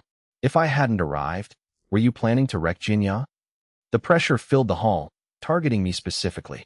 Even the disciples struggled to breathe under the residual force. Humph, I groaned, struggling against the malice. I didn't want trouble, but I have questions. Speak. The second elder smirked, surprised that I could withstand his pressure. He increased the intensity, determined to break the boy. I felt my internal organs compressing. My gang chi fluctuated violently under the suppression. Where's my third uncle? Does he know about my sister's marriage? I stared at the elder. He is with the great elder. He knows, and he's the one who ordered me to send you away. The second elder sneered, pushing his aura harder. A mere junior daring to challenge the sword pavilion? Humph. I swallowed the blood rising in my throat and smiled bitterly. Do my sisters know I'm here? They do, but they refuse to see you. Why? I demanded. My disciple already told you. The elder retorted. Look at your pathetic state. You aren't fit to see them. They are to be Ijizu's concubines. They don't see outsiders. Outsiders? I laughed hollowly. I don't believe it. Let me up. I want to ask them myself. I gritted my teeth, blood staining them red. I had to know the truth, even if the elder was 3 realms above me. Insolent. The second elder stepped forward, his aura exploding. You think your relative status matters? You're nothing. Get off the mountain, or I'll kill you. Each step forward increased the pressure. Puff. I vomited blood, my face turning paper white. You wouldn't dare kill me. I stared him down. If you kill me, you won't be able to answer to them. Despite the lies, I refused to believe my sisters were so heartless. There was a conspiracy here. Oh, try me and see if I dare. The elder roared, his voice vibrating in my ears. Fine. I'm leaving. I relented. The elder scoffed, while Gong Chuyu felt disappointed that the elder hadn't killed him. I wiped my blood, glared at the group, and walked away, fighting through my internal pain. Look at him, Tong Yuan mocked. Waste. Remember this, you aren't in the same world as us. You aren't worthy of the pride of Qingjian City. I stopped and turned, my eyes cold and indifferent. I looked at them calmly. Fine. I'll remember your words. I didn't make empty threats. I simply dragged my wounded body away. I was smart enough not to force a confrontation I couldn't win yet. Today you humiliate me. One day, I will return with my sword and slaughter my way up this mountain. Master, why didn't you just kill him? Gong Chuyu asked after I left. The second elder dismissed the others, leaving only his 2 disciples. The second elder sighed. I wanted to, but Suyu cannot die on Jinya. Why? Tong Yuan asked. Don't concern yourselves with that. The elder waved his hand. Yuan, take some girls up the mountain and persuade those 2 again. Do the 2 junior sisters still refuse to marry Prince Ijizu? Tong Yuan grumbled. They don't know when they're well off. Countless women dream of marrying the prince. Why are they so stubborn? The second elder sighed. They are too headstrong. Persuade them again. It is our honor that the winged race has chosen our sword pavilion's prodigies. We must seize this opportunity. I will handle it, Master. Tong Yuan agreed respectfully, then asked shyly, Master, did the great elder approve of the previous matter? First, convince those 2. Once they relent, you may naturally marry into the winged race as a handmaiden. Really? That's wonderful. Tong Yuan flushed with excitement at the prospect of marrying a winged race royal, though she sighed. But their tempers are too fierce. I fear I cannot persuade them. That is not for them to decide. Persuasion is merely a courtesy. Once Prince Ijizu arrives, their consent will be irrelevant. Rest assured, the second elder snorted. The elders had forced me away to ensure the Su sisters remained unaware of my presence in Qingjian City. They knew my presence would make the sisters even more resistant to the marriage. Yet, the elders underestimated the sisters. Even without me, they would never consent to marry an alien. While some humans like Tong Yuan were greedy for power, others like the Su sisters remained steadfast and unyielding. Thank you, Master. I will go persuade them now. Tong Yuan left, and shortly after, the grim-faced third elder entered the hall. The third elder scanned the room and barked at Gong Chuyu. Where is Suyu? Where did that human boy go? Reporting to the third elder, I grew tired of waiting and returned to my estate. Gong Chuyu replied with a smile. Following the second elder's instructions, he added, he mentioned leaving Qingjian City overnight and asked you not to worry. Leaving? Did he really say that? The third elder frowned. having rushed to find the boy. Yes, Gong Chuyu smirked. He seemed terrified that Prince Ijizu might seek him out. Gong Chuyu continued his fabrication. In reality, I had been forcibly expelled and injured by the second elder, yet I never bowed my head. Gong Chuyu painted me as a cowardly dog. Umph. Nonsense. The third elder snorted and stormed out to find me. Before he could leave the mountain, he was blocked on the path. A kind-looking, white-haired elder stood in his way. Third brother, where are you rushing to? The elder asked with a smile. Great elder, I am going to find my godson and bring him up here to demand an explanation from those two girls. The third elder replied irritably. Having been told of the sister's decision to marry, the third elder found it impossible to believe. It contradicted everything he knew about the sisters and their relationship with me. Do not bother. Let him leave to avoid awkwardness, the great elder advised, stroking his beard. Awkwardness. They are betraying their hearts for the winged race, and you speak of awkwardness. The third elder sneered. Sulong and I have a marriage contract for them. If the winged race wants to steal them, they must answer to our swords. They belong to the Su prince's estate, in life and death. The great elder sighed. Third brother, how am I to answer to the winged race? The winged race? Remember the purpose of Qingjian City. We were meant to be the hope of the human race, cultivating legendary realm warriors to counter the aliens. The third elder spat. But look at us. In thousands of years, we've produced only 11 legends, all hiding behind these walls, begging for scraps, and teaching our sword arts to aliens. Are you not ashamed? We are the last two left. Are you going to sacrifice the future of humanity for this? The third elder's voice was cold. The Changtian Empire had fought the aliens for millennia, losing millions of warriors. Yet Qingjian City had fallen, choosing to grovel before the winged race. Humanity is weak. This is reality. We submit to survive, and the winged race offers conditions worth taking. The great elder replied coldly. The great elder remained unmoved. You would turn our city into a kennel for the winged race and our sects into their dogs. The third elder's voice was icy. I will find Suyu and take those girls away. Staying here makes me sick. He felt a deep, tragic sorrow for what the city had become. The betrayal of humanity was a fresh wound on an already dying race. Leave? Where would you go? The great elder smiled, his expression turning malicious. What? Ugh. The third elder felt his strength vanish as his gang chi dissipated, and he vomited a mouthful of blood. You poisoned the tea. The third elder glared. It is merely a suppressant to keep you from acting rashly. The great elder replied calmly. The situation is settled. Even Su Long cannot reverse the tide. Do not fight the inevitable. The third elder was horrified that his own brother-in-arms would destroy humanity's hope. He intended to strike at Su Long and the Empire as well. Ugh. Overcome with rage and the poison, the third elder collapsed, unconscious. High above, my internal injuries flared. I coughed blood and was forced to land, walking down the mountain path.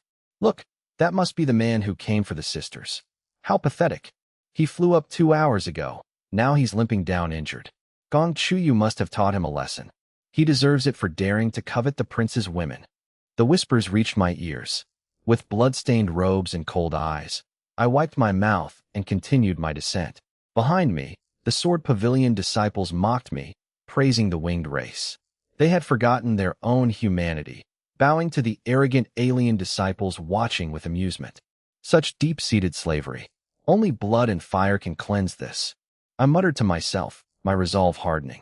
I ignored the jeers. At the summit, the two sisters stood at the cliff's edge, gazing into the distance. Sister Tong, we understand why you are here, but our minds are made up. Please stop bothering us. Su Huyen turned her back, her voice clear yet resolute. Marry an alien? They would choose death instead. As daughters of the legendary Su Long, the sisters' loyalty to the human race is absolute. Furthermore, their hearts are already occupied by a single figure, deeply rooted in their souls. Tong Yuan watched the sisters standing on the cliff, their slender, beautiful figures draped in white robes fluttering in the wind like celestial beings. Even from behind, their ethereal voices and graceful forms are captivating. Their faces are even more breathtaking. When they first joined the sect, Their master once questioned why they insisted on wearing white instead of the standard training uniforms.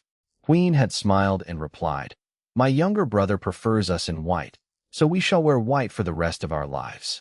What a lucky man to be so deeply cherished by these two proud daughters of heaven, to the point where they alter their daily habits for his sake. Tong Yuan took a breath, attempting to persuade them, but Master has already given his word to the winged race. Even as a woman, Tong felt no jealousy, only admiration. Enough, say no more. Queen turned, her voice soft yet firm. Senior Sister Tong, please descend the mountain. I will explain this to Master Su. Her voice was like pearls falling on jade, and her beauty was radiant, like a glowing pearl. Dressed in snow-white robes, Queen possessed an elegant, untouchable aura that made others feel inferior. As Tong tried to persist, a sword flash struck the ground before her. "Get out!" A cold, domineering voice erupted, accompanied by a sharp sword intent that made Tong tremble. Su Huimi is as beautiful as her sister, but her cold, taciturn nature leads her to let her sword do the talking. Terrified by the vibrating blade, Tong nodded frantically. "Understood. I'm leaving. I won't disturb your cultivation." Tong fled down the mountain with her companions, not daring to look back at Huimi. "You're still so stubborn," Queen sighed with a soft smile. A gentle persuasion would have sufficed. Though she scolded, Queen felt no real blame. She, too, was tired of the sect's constant pestering. "Sister, once I master the final layer of sword intent, I will take you away to find me." Huimi's voice was cold, tinged with a hint of apology and innate indifference. If not for her slow cultivation speed, they would have left Qingjian City long ago to avoid this predicament. "It's fine, take your time. You're already amazing. I will be shocked by your strength. That marriage proposal is just nonsense. Don't let it weigh on you." Queen comforted her, then sighed. "That little rascal, he hasn't come to find us in so long. He has no conscience." Queen lost her celestial detachment, her voice filled with the wistful, melancholic longing of a young girl missing her lover. "Wait, sister. Look down the mountain. Is that me?" Huimi pointed a slender finger at a staggering white figure on the mountain path. A man in white robes walked the path, coughing blood, his gaze cold and indifferent to the mockery of those around him. "You have forgotten the ancestors who tasted herbs and bled to sustain our race. You worship the alien races while forgetting the scars and sacrifices of our own kin, who fought to secure our survival. Now that the alien races dominate, you have forgotten the blood and tears of our ancestors. You wear the skin of humans, but possess the souls of aliens.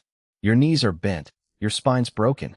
You have disgraced the name of humanity." I muttered to myself, my words reflecting the tragic plight of the human race. The internal injuries from a Nirvana realm expert worsened, but my physical pain was nothing compared to the coldness in my heart. They would rather praise the enemies who slaughter their kin than fight for their descendants. Are they even human? How has our race fallen so far that we grovel before the blades of the alien races instead of fighting to the death? The dignity earned by our ancestors has been bartered away by these traitors. How can we talk of rising again?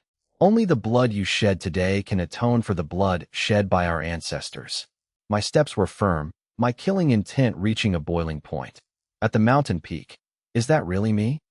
That back, it looks just like him. An inexplicable heartache surged through the sisters, as if their most precious treasure were in grave danger. "Let's go? We're going down." Huimi's eyes flashed with determination. She had to see if it was me, or she would never find peace. "Agreed," Huimi said softly. As they turned to leave, a smiling, elderly voice drifted up from below. "Master." The sisters paused and bowed.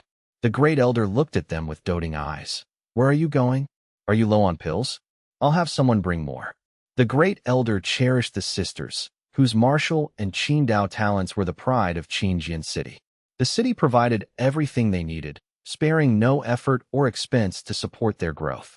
It was ironic that the sect poured all its resources into these geniuses only to hand them over to the winged race. "Master, we have enough pills. The peak is just too stifling. We wanted to go down for a walk." Queen tactfully concealed their true motive. "Down the mountain?" The great elder frowned. "Cultivation is no game. Stay here. If you need anything, have others handle it."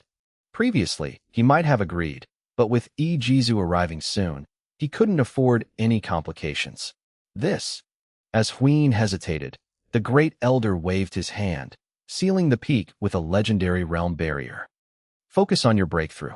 I have matters to attend to. I won't disturb you further. The Great Elder spoke with the tone of a benevolent mentor. Huyen sighed, realizing they were trapped. Huimi, blunt as ever, ignored the barrier and stared at the Great Elder. Master, I have a question. What is it? He asked. Has my brother, Suyu, come to find us? Huimi asked coldly. The Great Elder's eyes flickered. No. Without legendary realm strength, travel is difficult. He is likely still in the Qingtian Empire. The Great Elder was poorly informed, unaware that the Qingtian Empire had even changed rulers. Oh, Huimi's icy, beautiful face revealed a rare flicker of disappointment and sadness. The Great Elder smiled and urged the two women to cultivate diligently, promising they could eventually seek out their useless brother. The cunning Great Elder avoided mentioning the marriage alliance with the winged race. Meanwhile, at my residence in Qingjian City, the women waited anxiously. Lingener complained about my delay. Military advisor Nian suggested I might be dining at Jinya, while Shangwan Wanner remained silent. Despite the logic, the women felt a deep, inexplicable dread, drawing them to watch the road toward Jinya. Zhao Zilong, standing guard with his spear, urged them to return inside. Nian, suppressing her own anxiety, took her sister's hands to lead them back.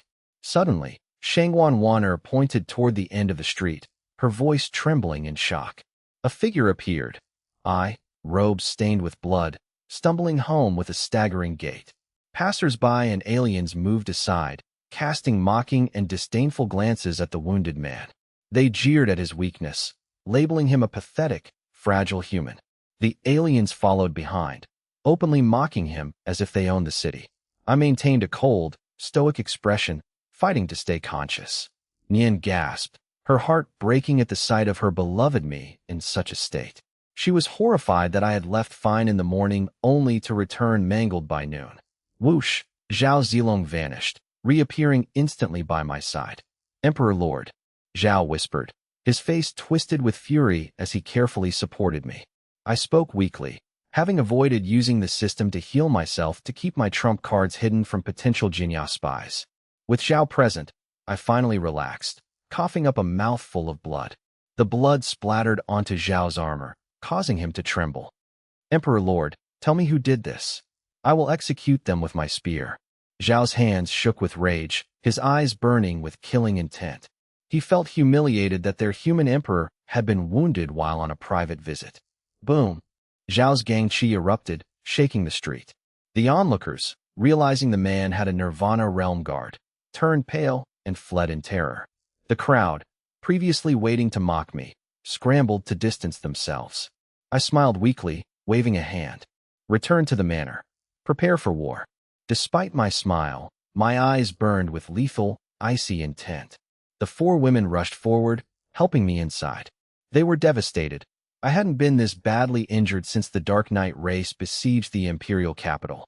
No one expected a simple family visit to end in blood and a forced walk home. As they entered, onlookers whispered that I was the man who killed Yitian, protected by a Nirvana realm expert. They speculated I had been punished by the Jinya elders. A winged race member sneered, wishing the elders had killed me, as their prince was arriving soon. Humans nearby hurried away in silence. Zhao helped me into the study. The women were confused and terrified by my condition.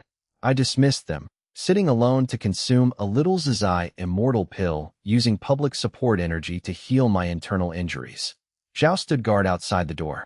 Soon, Jinui disguised as Jinya disciples arrived to report. I, now changed into clean clothes, demanded the situation report. The Jinui knelt, explaining that the summit was heavily restricted. They confirmed the sisters were being held against their will for the marriage to Ijizu. They also reported that the third elder had vanished after leaving the guest hall to find me. Only the great elder had traversed the path during that time, yet the third elder was nowhere to be found. General Yang suspected the third elder had been framed and silenced. The Jinui delivered the grim news. They noted that without high-level combatants, They couldn't infiltrate the core of Jinya.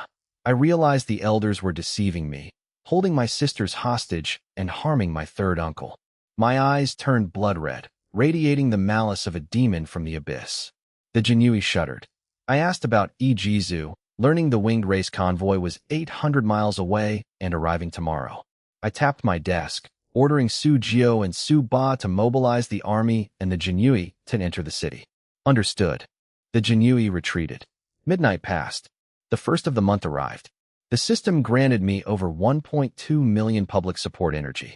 I summoned Zhao and tossed him a Lord Servant Supreme Realm pill. The pill, costing 1 million points, would elevate any general by 1 full realm. Understood. Zhao consumed the pill immediately. I sat motionless all night while the women worried outside. Nian recalled the chilling, murderous look in my eyes upon my return. The memory made her heart ache for me. At dawn, the women begged Nian to bring me food. You've been sitting all night. Please eat. I waved her off without opening my eyes. Leave it there. Go. I radiated the cold, absolute authority of a human emperor. On my desk lay another crystalline pill, fragrant and potent. Nian felt a pang of sorrow seeing my closed eyes. She asked softly what they could do to help, desperate to understand what I was waiting for. Suddenly, deafening cheers erupted outside. Prince Ijizu has arrived. A carriage pulled by soul-shattering realm beasts. What a display. Truly worthy of being one of the 4 Directions continent's top 10 heavenly prides. Deafening cheers erupted from humans, winged race, and other shocked alien races alike. A Jinui rushed in. Emperor Lord, Ijizu has entered the city and is heading for Sword Cliff. Our scouts report the Great Elder is ascending the mountain to lift the restrictions and welcome Ijizu to meet the 2 ladies. Military advisor Nian realized my cold silence since yesterday was entirely linked to the Su sisters. Cunning old fox, still refusing to let them down, I said coldly. My expression remained unreadable.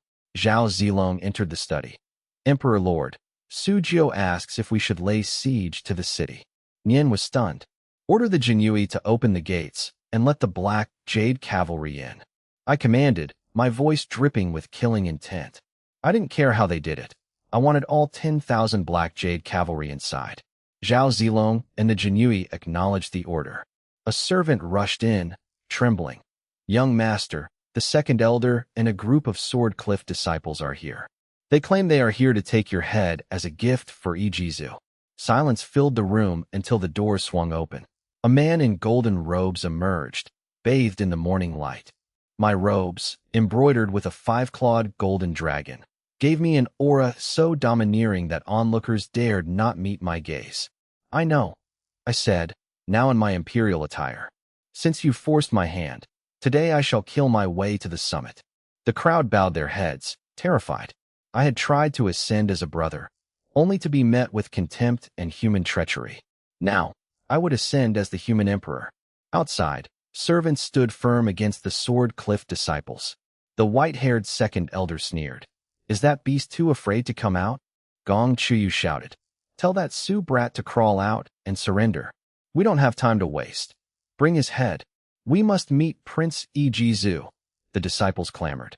They were desperate to curry favor with Ijizu, acting as if he were their true master. The alien onlookers watched with disdain, disgusted by the humans' eagerness to betray their own kind. It was pathetic. The winged race hadn't even started their demands, yet these humans were already begging to kill me. They looked like humans, but their behavior was that of spineless sycophants. Even the aliens despised the second elders group. You are all human. Why force your own kin? A servant shouted in grief. The disciples mocked the servant's indignation. Kin, the second elder sneered. You lowborn trash are not our kin. He felt no shame in serving the winged race, only contempt for the servants. To them, status was everything. Bloodline meant nothing. One last time. Bring him out, or I start the slaughter. The servants stood their ground, refusing to let them pass. These were loyal veterans of the Su Prince's mansion and the Jinui. They were proud humans who would never bow to alien lapdogs. There are no cowards in the Su mansion. A servant stepped forward. Die, you low-born fools. Gong Chuyu lunged with his sword. The blade whistled through the air, aimed at the servant. A metallic clang rang out. A figure in yellow robes had blocked the strike. You dare kill my people? I stood there, my Jinhuang precious sword blocking the blow. Young master, the servants cheered. I was no longer just a brother. I was the emperor of the Yinhuang Empire. Suyu, Gong Chuyu sneered. You finally crawled out. Master, kill him. Before he could finish, a spear light descended. The strike tore through Gong Chuyu, turning him into a mist of blood. You are not worthy to speak the name of the Yinhuang Emperor. Zhao Zilong stood beside me, spear in hand. You killed my disciple. You deserve death. The second elder lunged at me, hoping to strike the leader first. The disciples cheered, but I remained unmoved. Zhao Zilong moved like lightning, his dragon gallbladder spear slamming into the second elder's chest. A sickening crack of bones echoed. The second elder flew backward, crashing into a stone building. The structure collapsed, burying him. Zhao Zilong of Yinhuang is here. No one touches my emperor. Zhao stood like a steel pillar, shielding me. He would raise the city to the ground before letting a hair on my head be harmed. The crowd fell into stunned silence. Even the Sword Cliff disciples were paralyzed. Their Nirvana Realm master had been swatted away like a fly. Someone gasped, staring at Zhao Zilong. There was no Gangqi around him, yet he had overpowered a Nirvana Realm expert. There was only one explanation: Legendary Realm. He is in the Legendary Realm. The crowd recoiled in terror.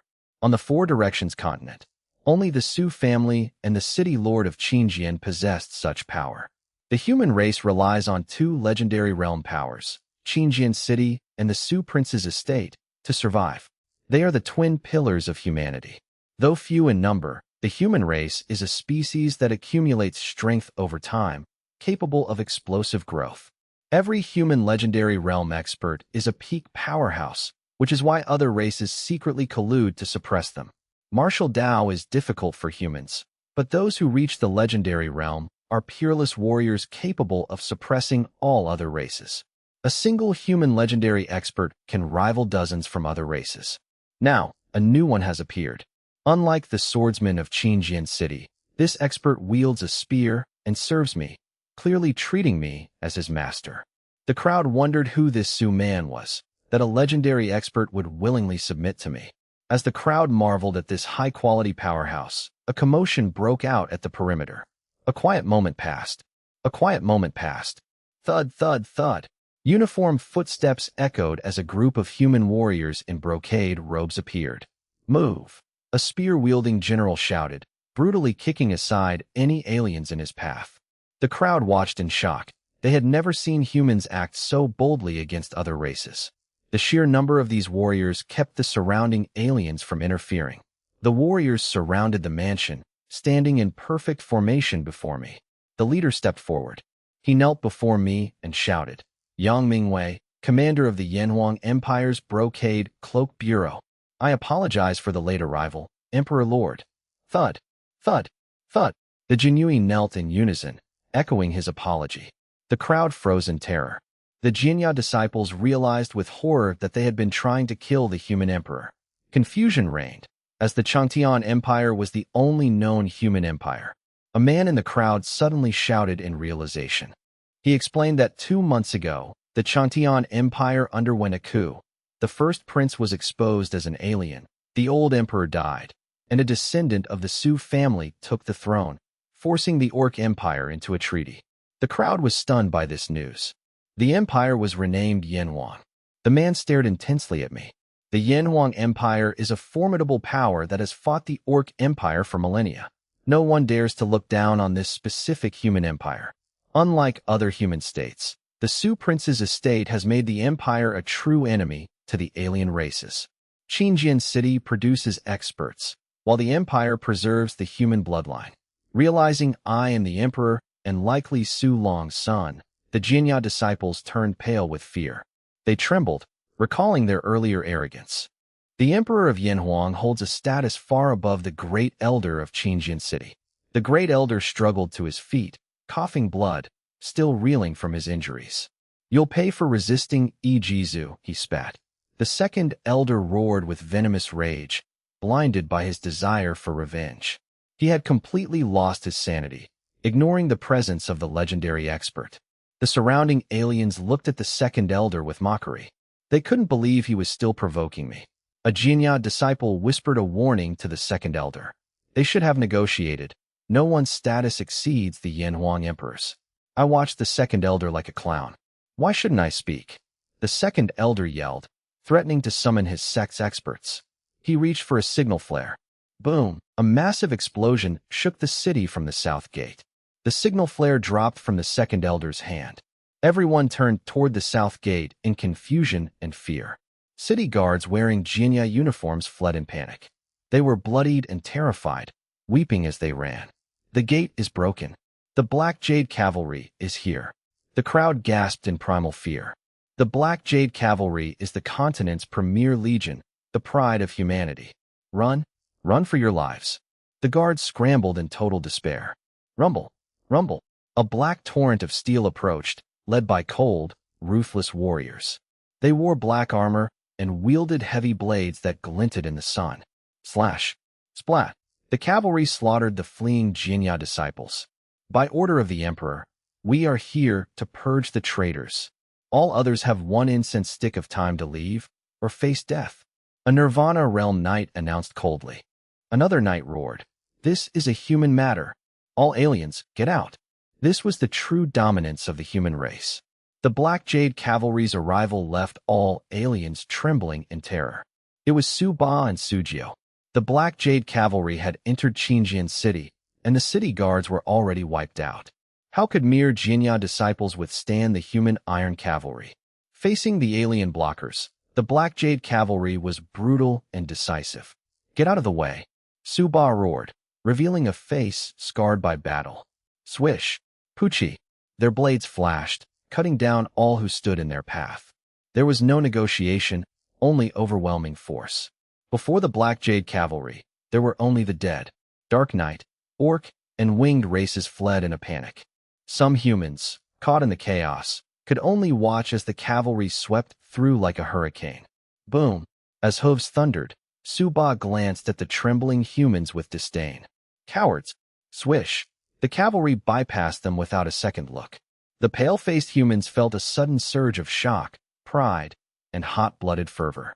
Seeing the aliens fleeing in terror, they realized this was the true might of the human race. Many humans trembled with excitement, unable to find words. The Black Jade Cavalry quickly surrounded me, cordoning off the Jinya disciples and the second elder. The Black Jade Cavalry Imperial Guard has arrived to protect the Emperor. Sujio roared, "Forgive us for not kneeling while in armor." The soldiers let out beast-like roars, showing fanatical loyalty. This is the Black Jade Cavalry. The second elder turned pale, trembling as he realized, You are the Emperor of the Qingtian Empire." The realization finally dawned on him. Terrified, he tried to reach for his signal flare, but his hands shook uncontrollably. "I am the Emperor of the Yanhuang Empire." I descended the steps, my gaze cold. The Qingtian Empire was a thing of the past. The Yanhuang Empire was now the backbone of humanity. As for Qingjian City, it was a land of traitors. "What are you doing?" the second elder stammered. "This is Qingjian City. Do you want to incite a human civil war?" "Civil war?" I scoffed. "Are a bunch of traitors worthy of calling this a civil war? You bullied me yesterday. Today, I bring my army to the mountain. Do you dare stop me?" I stepped forward, word by word. My aura condensed, exerting immense pressure on the Jinya disciples. The weight was like a mountain. Pucci, Pucci. The disciples, unable to withstand the pressure, vomited blood and collapsed, dead on the spot. My aura alone had killed them. You are in the legendary realm." The second elder's face went white as he felt the crushing force. He coughed blood, his internal organs rupturing. A Nirvana realm martial artist could not resist a legendary realm powerhouse. "Impossible. You were at the peak of the Ranshan realm yesterday." The second elder looked up in despair. "You used your status to bully me. Did you ever think you'd end up like this?" I stood over him. Since Jinya was a den of filth, I would reveal my identity as the human emperor and reclaim the mountain. Thump! The second elder collapsed to his knees. He couldn't control his body. Two legendary realm experts in one city. The second elder muttered, on the verge of a mental breakdown. "I didn't know you were the emperor." Why didn't you say so? He cried, blaming me instead of his own treachery. I am the emperor, and I am human, I replied. I looked at him coldly. Did the emperor deserve respect, while common humans were meant to be oppressed? If so, Jinya was no different from the aliens. I floated up, the true emperor's sword drawn. Where are the Yanhuang generals? I warred. Kill. The army charged toward the mountain. Thousands of horses thundered forward. It's over. Jinya is doomed. The second elder watched my retreating figure and spat out blood. His organs shattered, and he collapsed, dead. His heart had already been crushed by my aura. He never expected his retribution to come so quickly. In his final moments, he felt only despair and regret. If he had known I was the emperor, they never would have betrayed humanity to please the winged race. But it was too late. Jinya's decision would destroy their legacy and brand them as traitors for eternity. The four women watched the yellow-robed figure fly away. An enchirped and military advisor Nian's arms. Leave 2,000 men to protect the Imperial consorts. Yang Mingwei ordered the Jinyui to secure the city. The Black Jade cavalry followed the emperor to Jinya. On the mountain peak, unaware of the chaos, the celebration continued. The Great Elder had arranged music and dancers to please Ijizu. The training grounds had been turned into a banquet hall. Tables were filled with delicacies. Ijizu sat at the head, with the Great Elder serving him. Are you satisfied, Your Highness? The Great Elder asked. The banquet is fine, but where are my two beauties? Ijizu smiled. He was a handsome man of great power. 8 white wings fluttered behind him, showcasing his strength. A legendary realm alien guard stood behind him, a privilege reserved for the top 10 royal families. Do not worry, Your Highness. I will send for them immediately. Good. Ijizu sipped wine, eyes narrowing as he watched the Qin High Cliff disciples dance. Tong Yuan danced with flirtatious glances toward Ijizu, who watched her with growing interest. Though not a great beauty, her movements were alluring. Sensing his gaze, Tong Yuan danced harder, hoping to signal her intentions. A legendary realm guard asked if he wanted the human girl. Ijizu replied dismissively, "She'll do as a slave."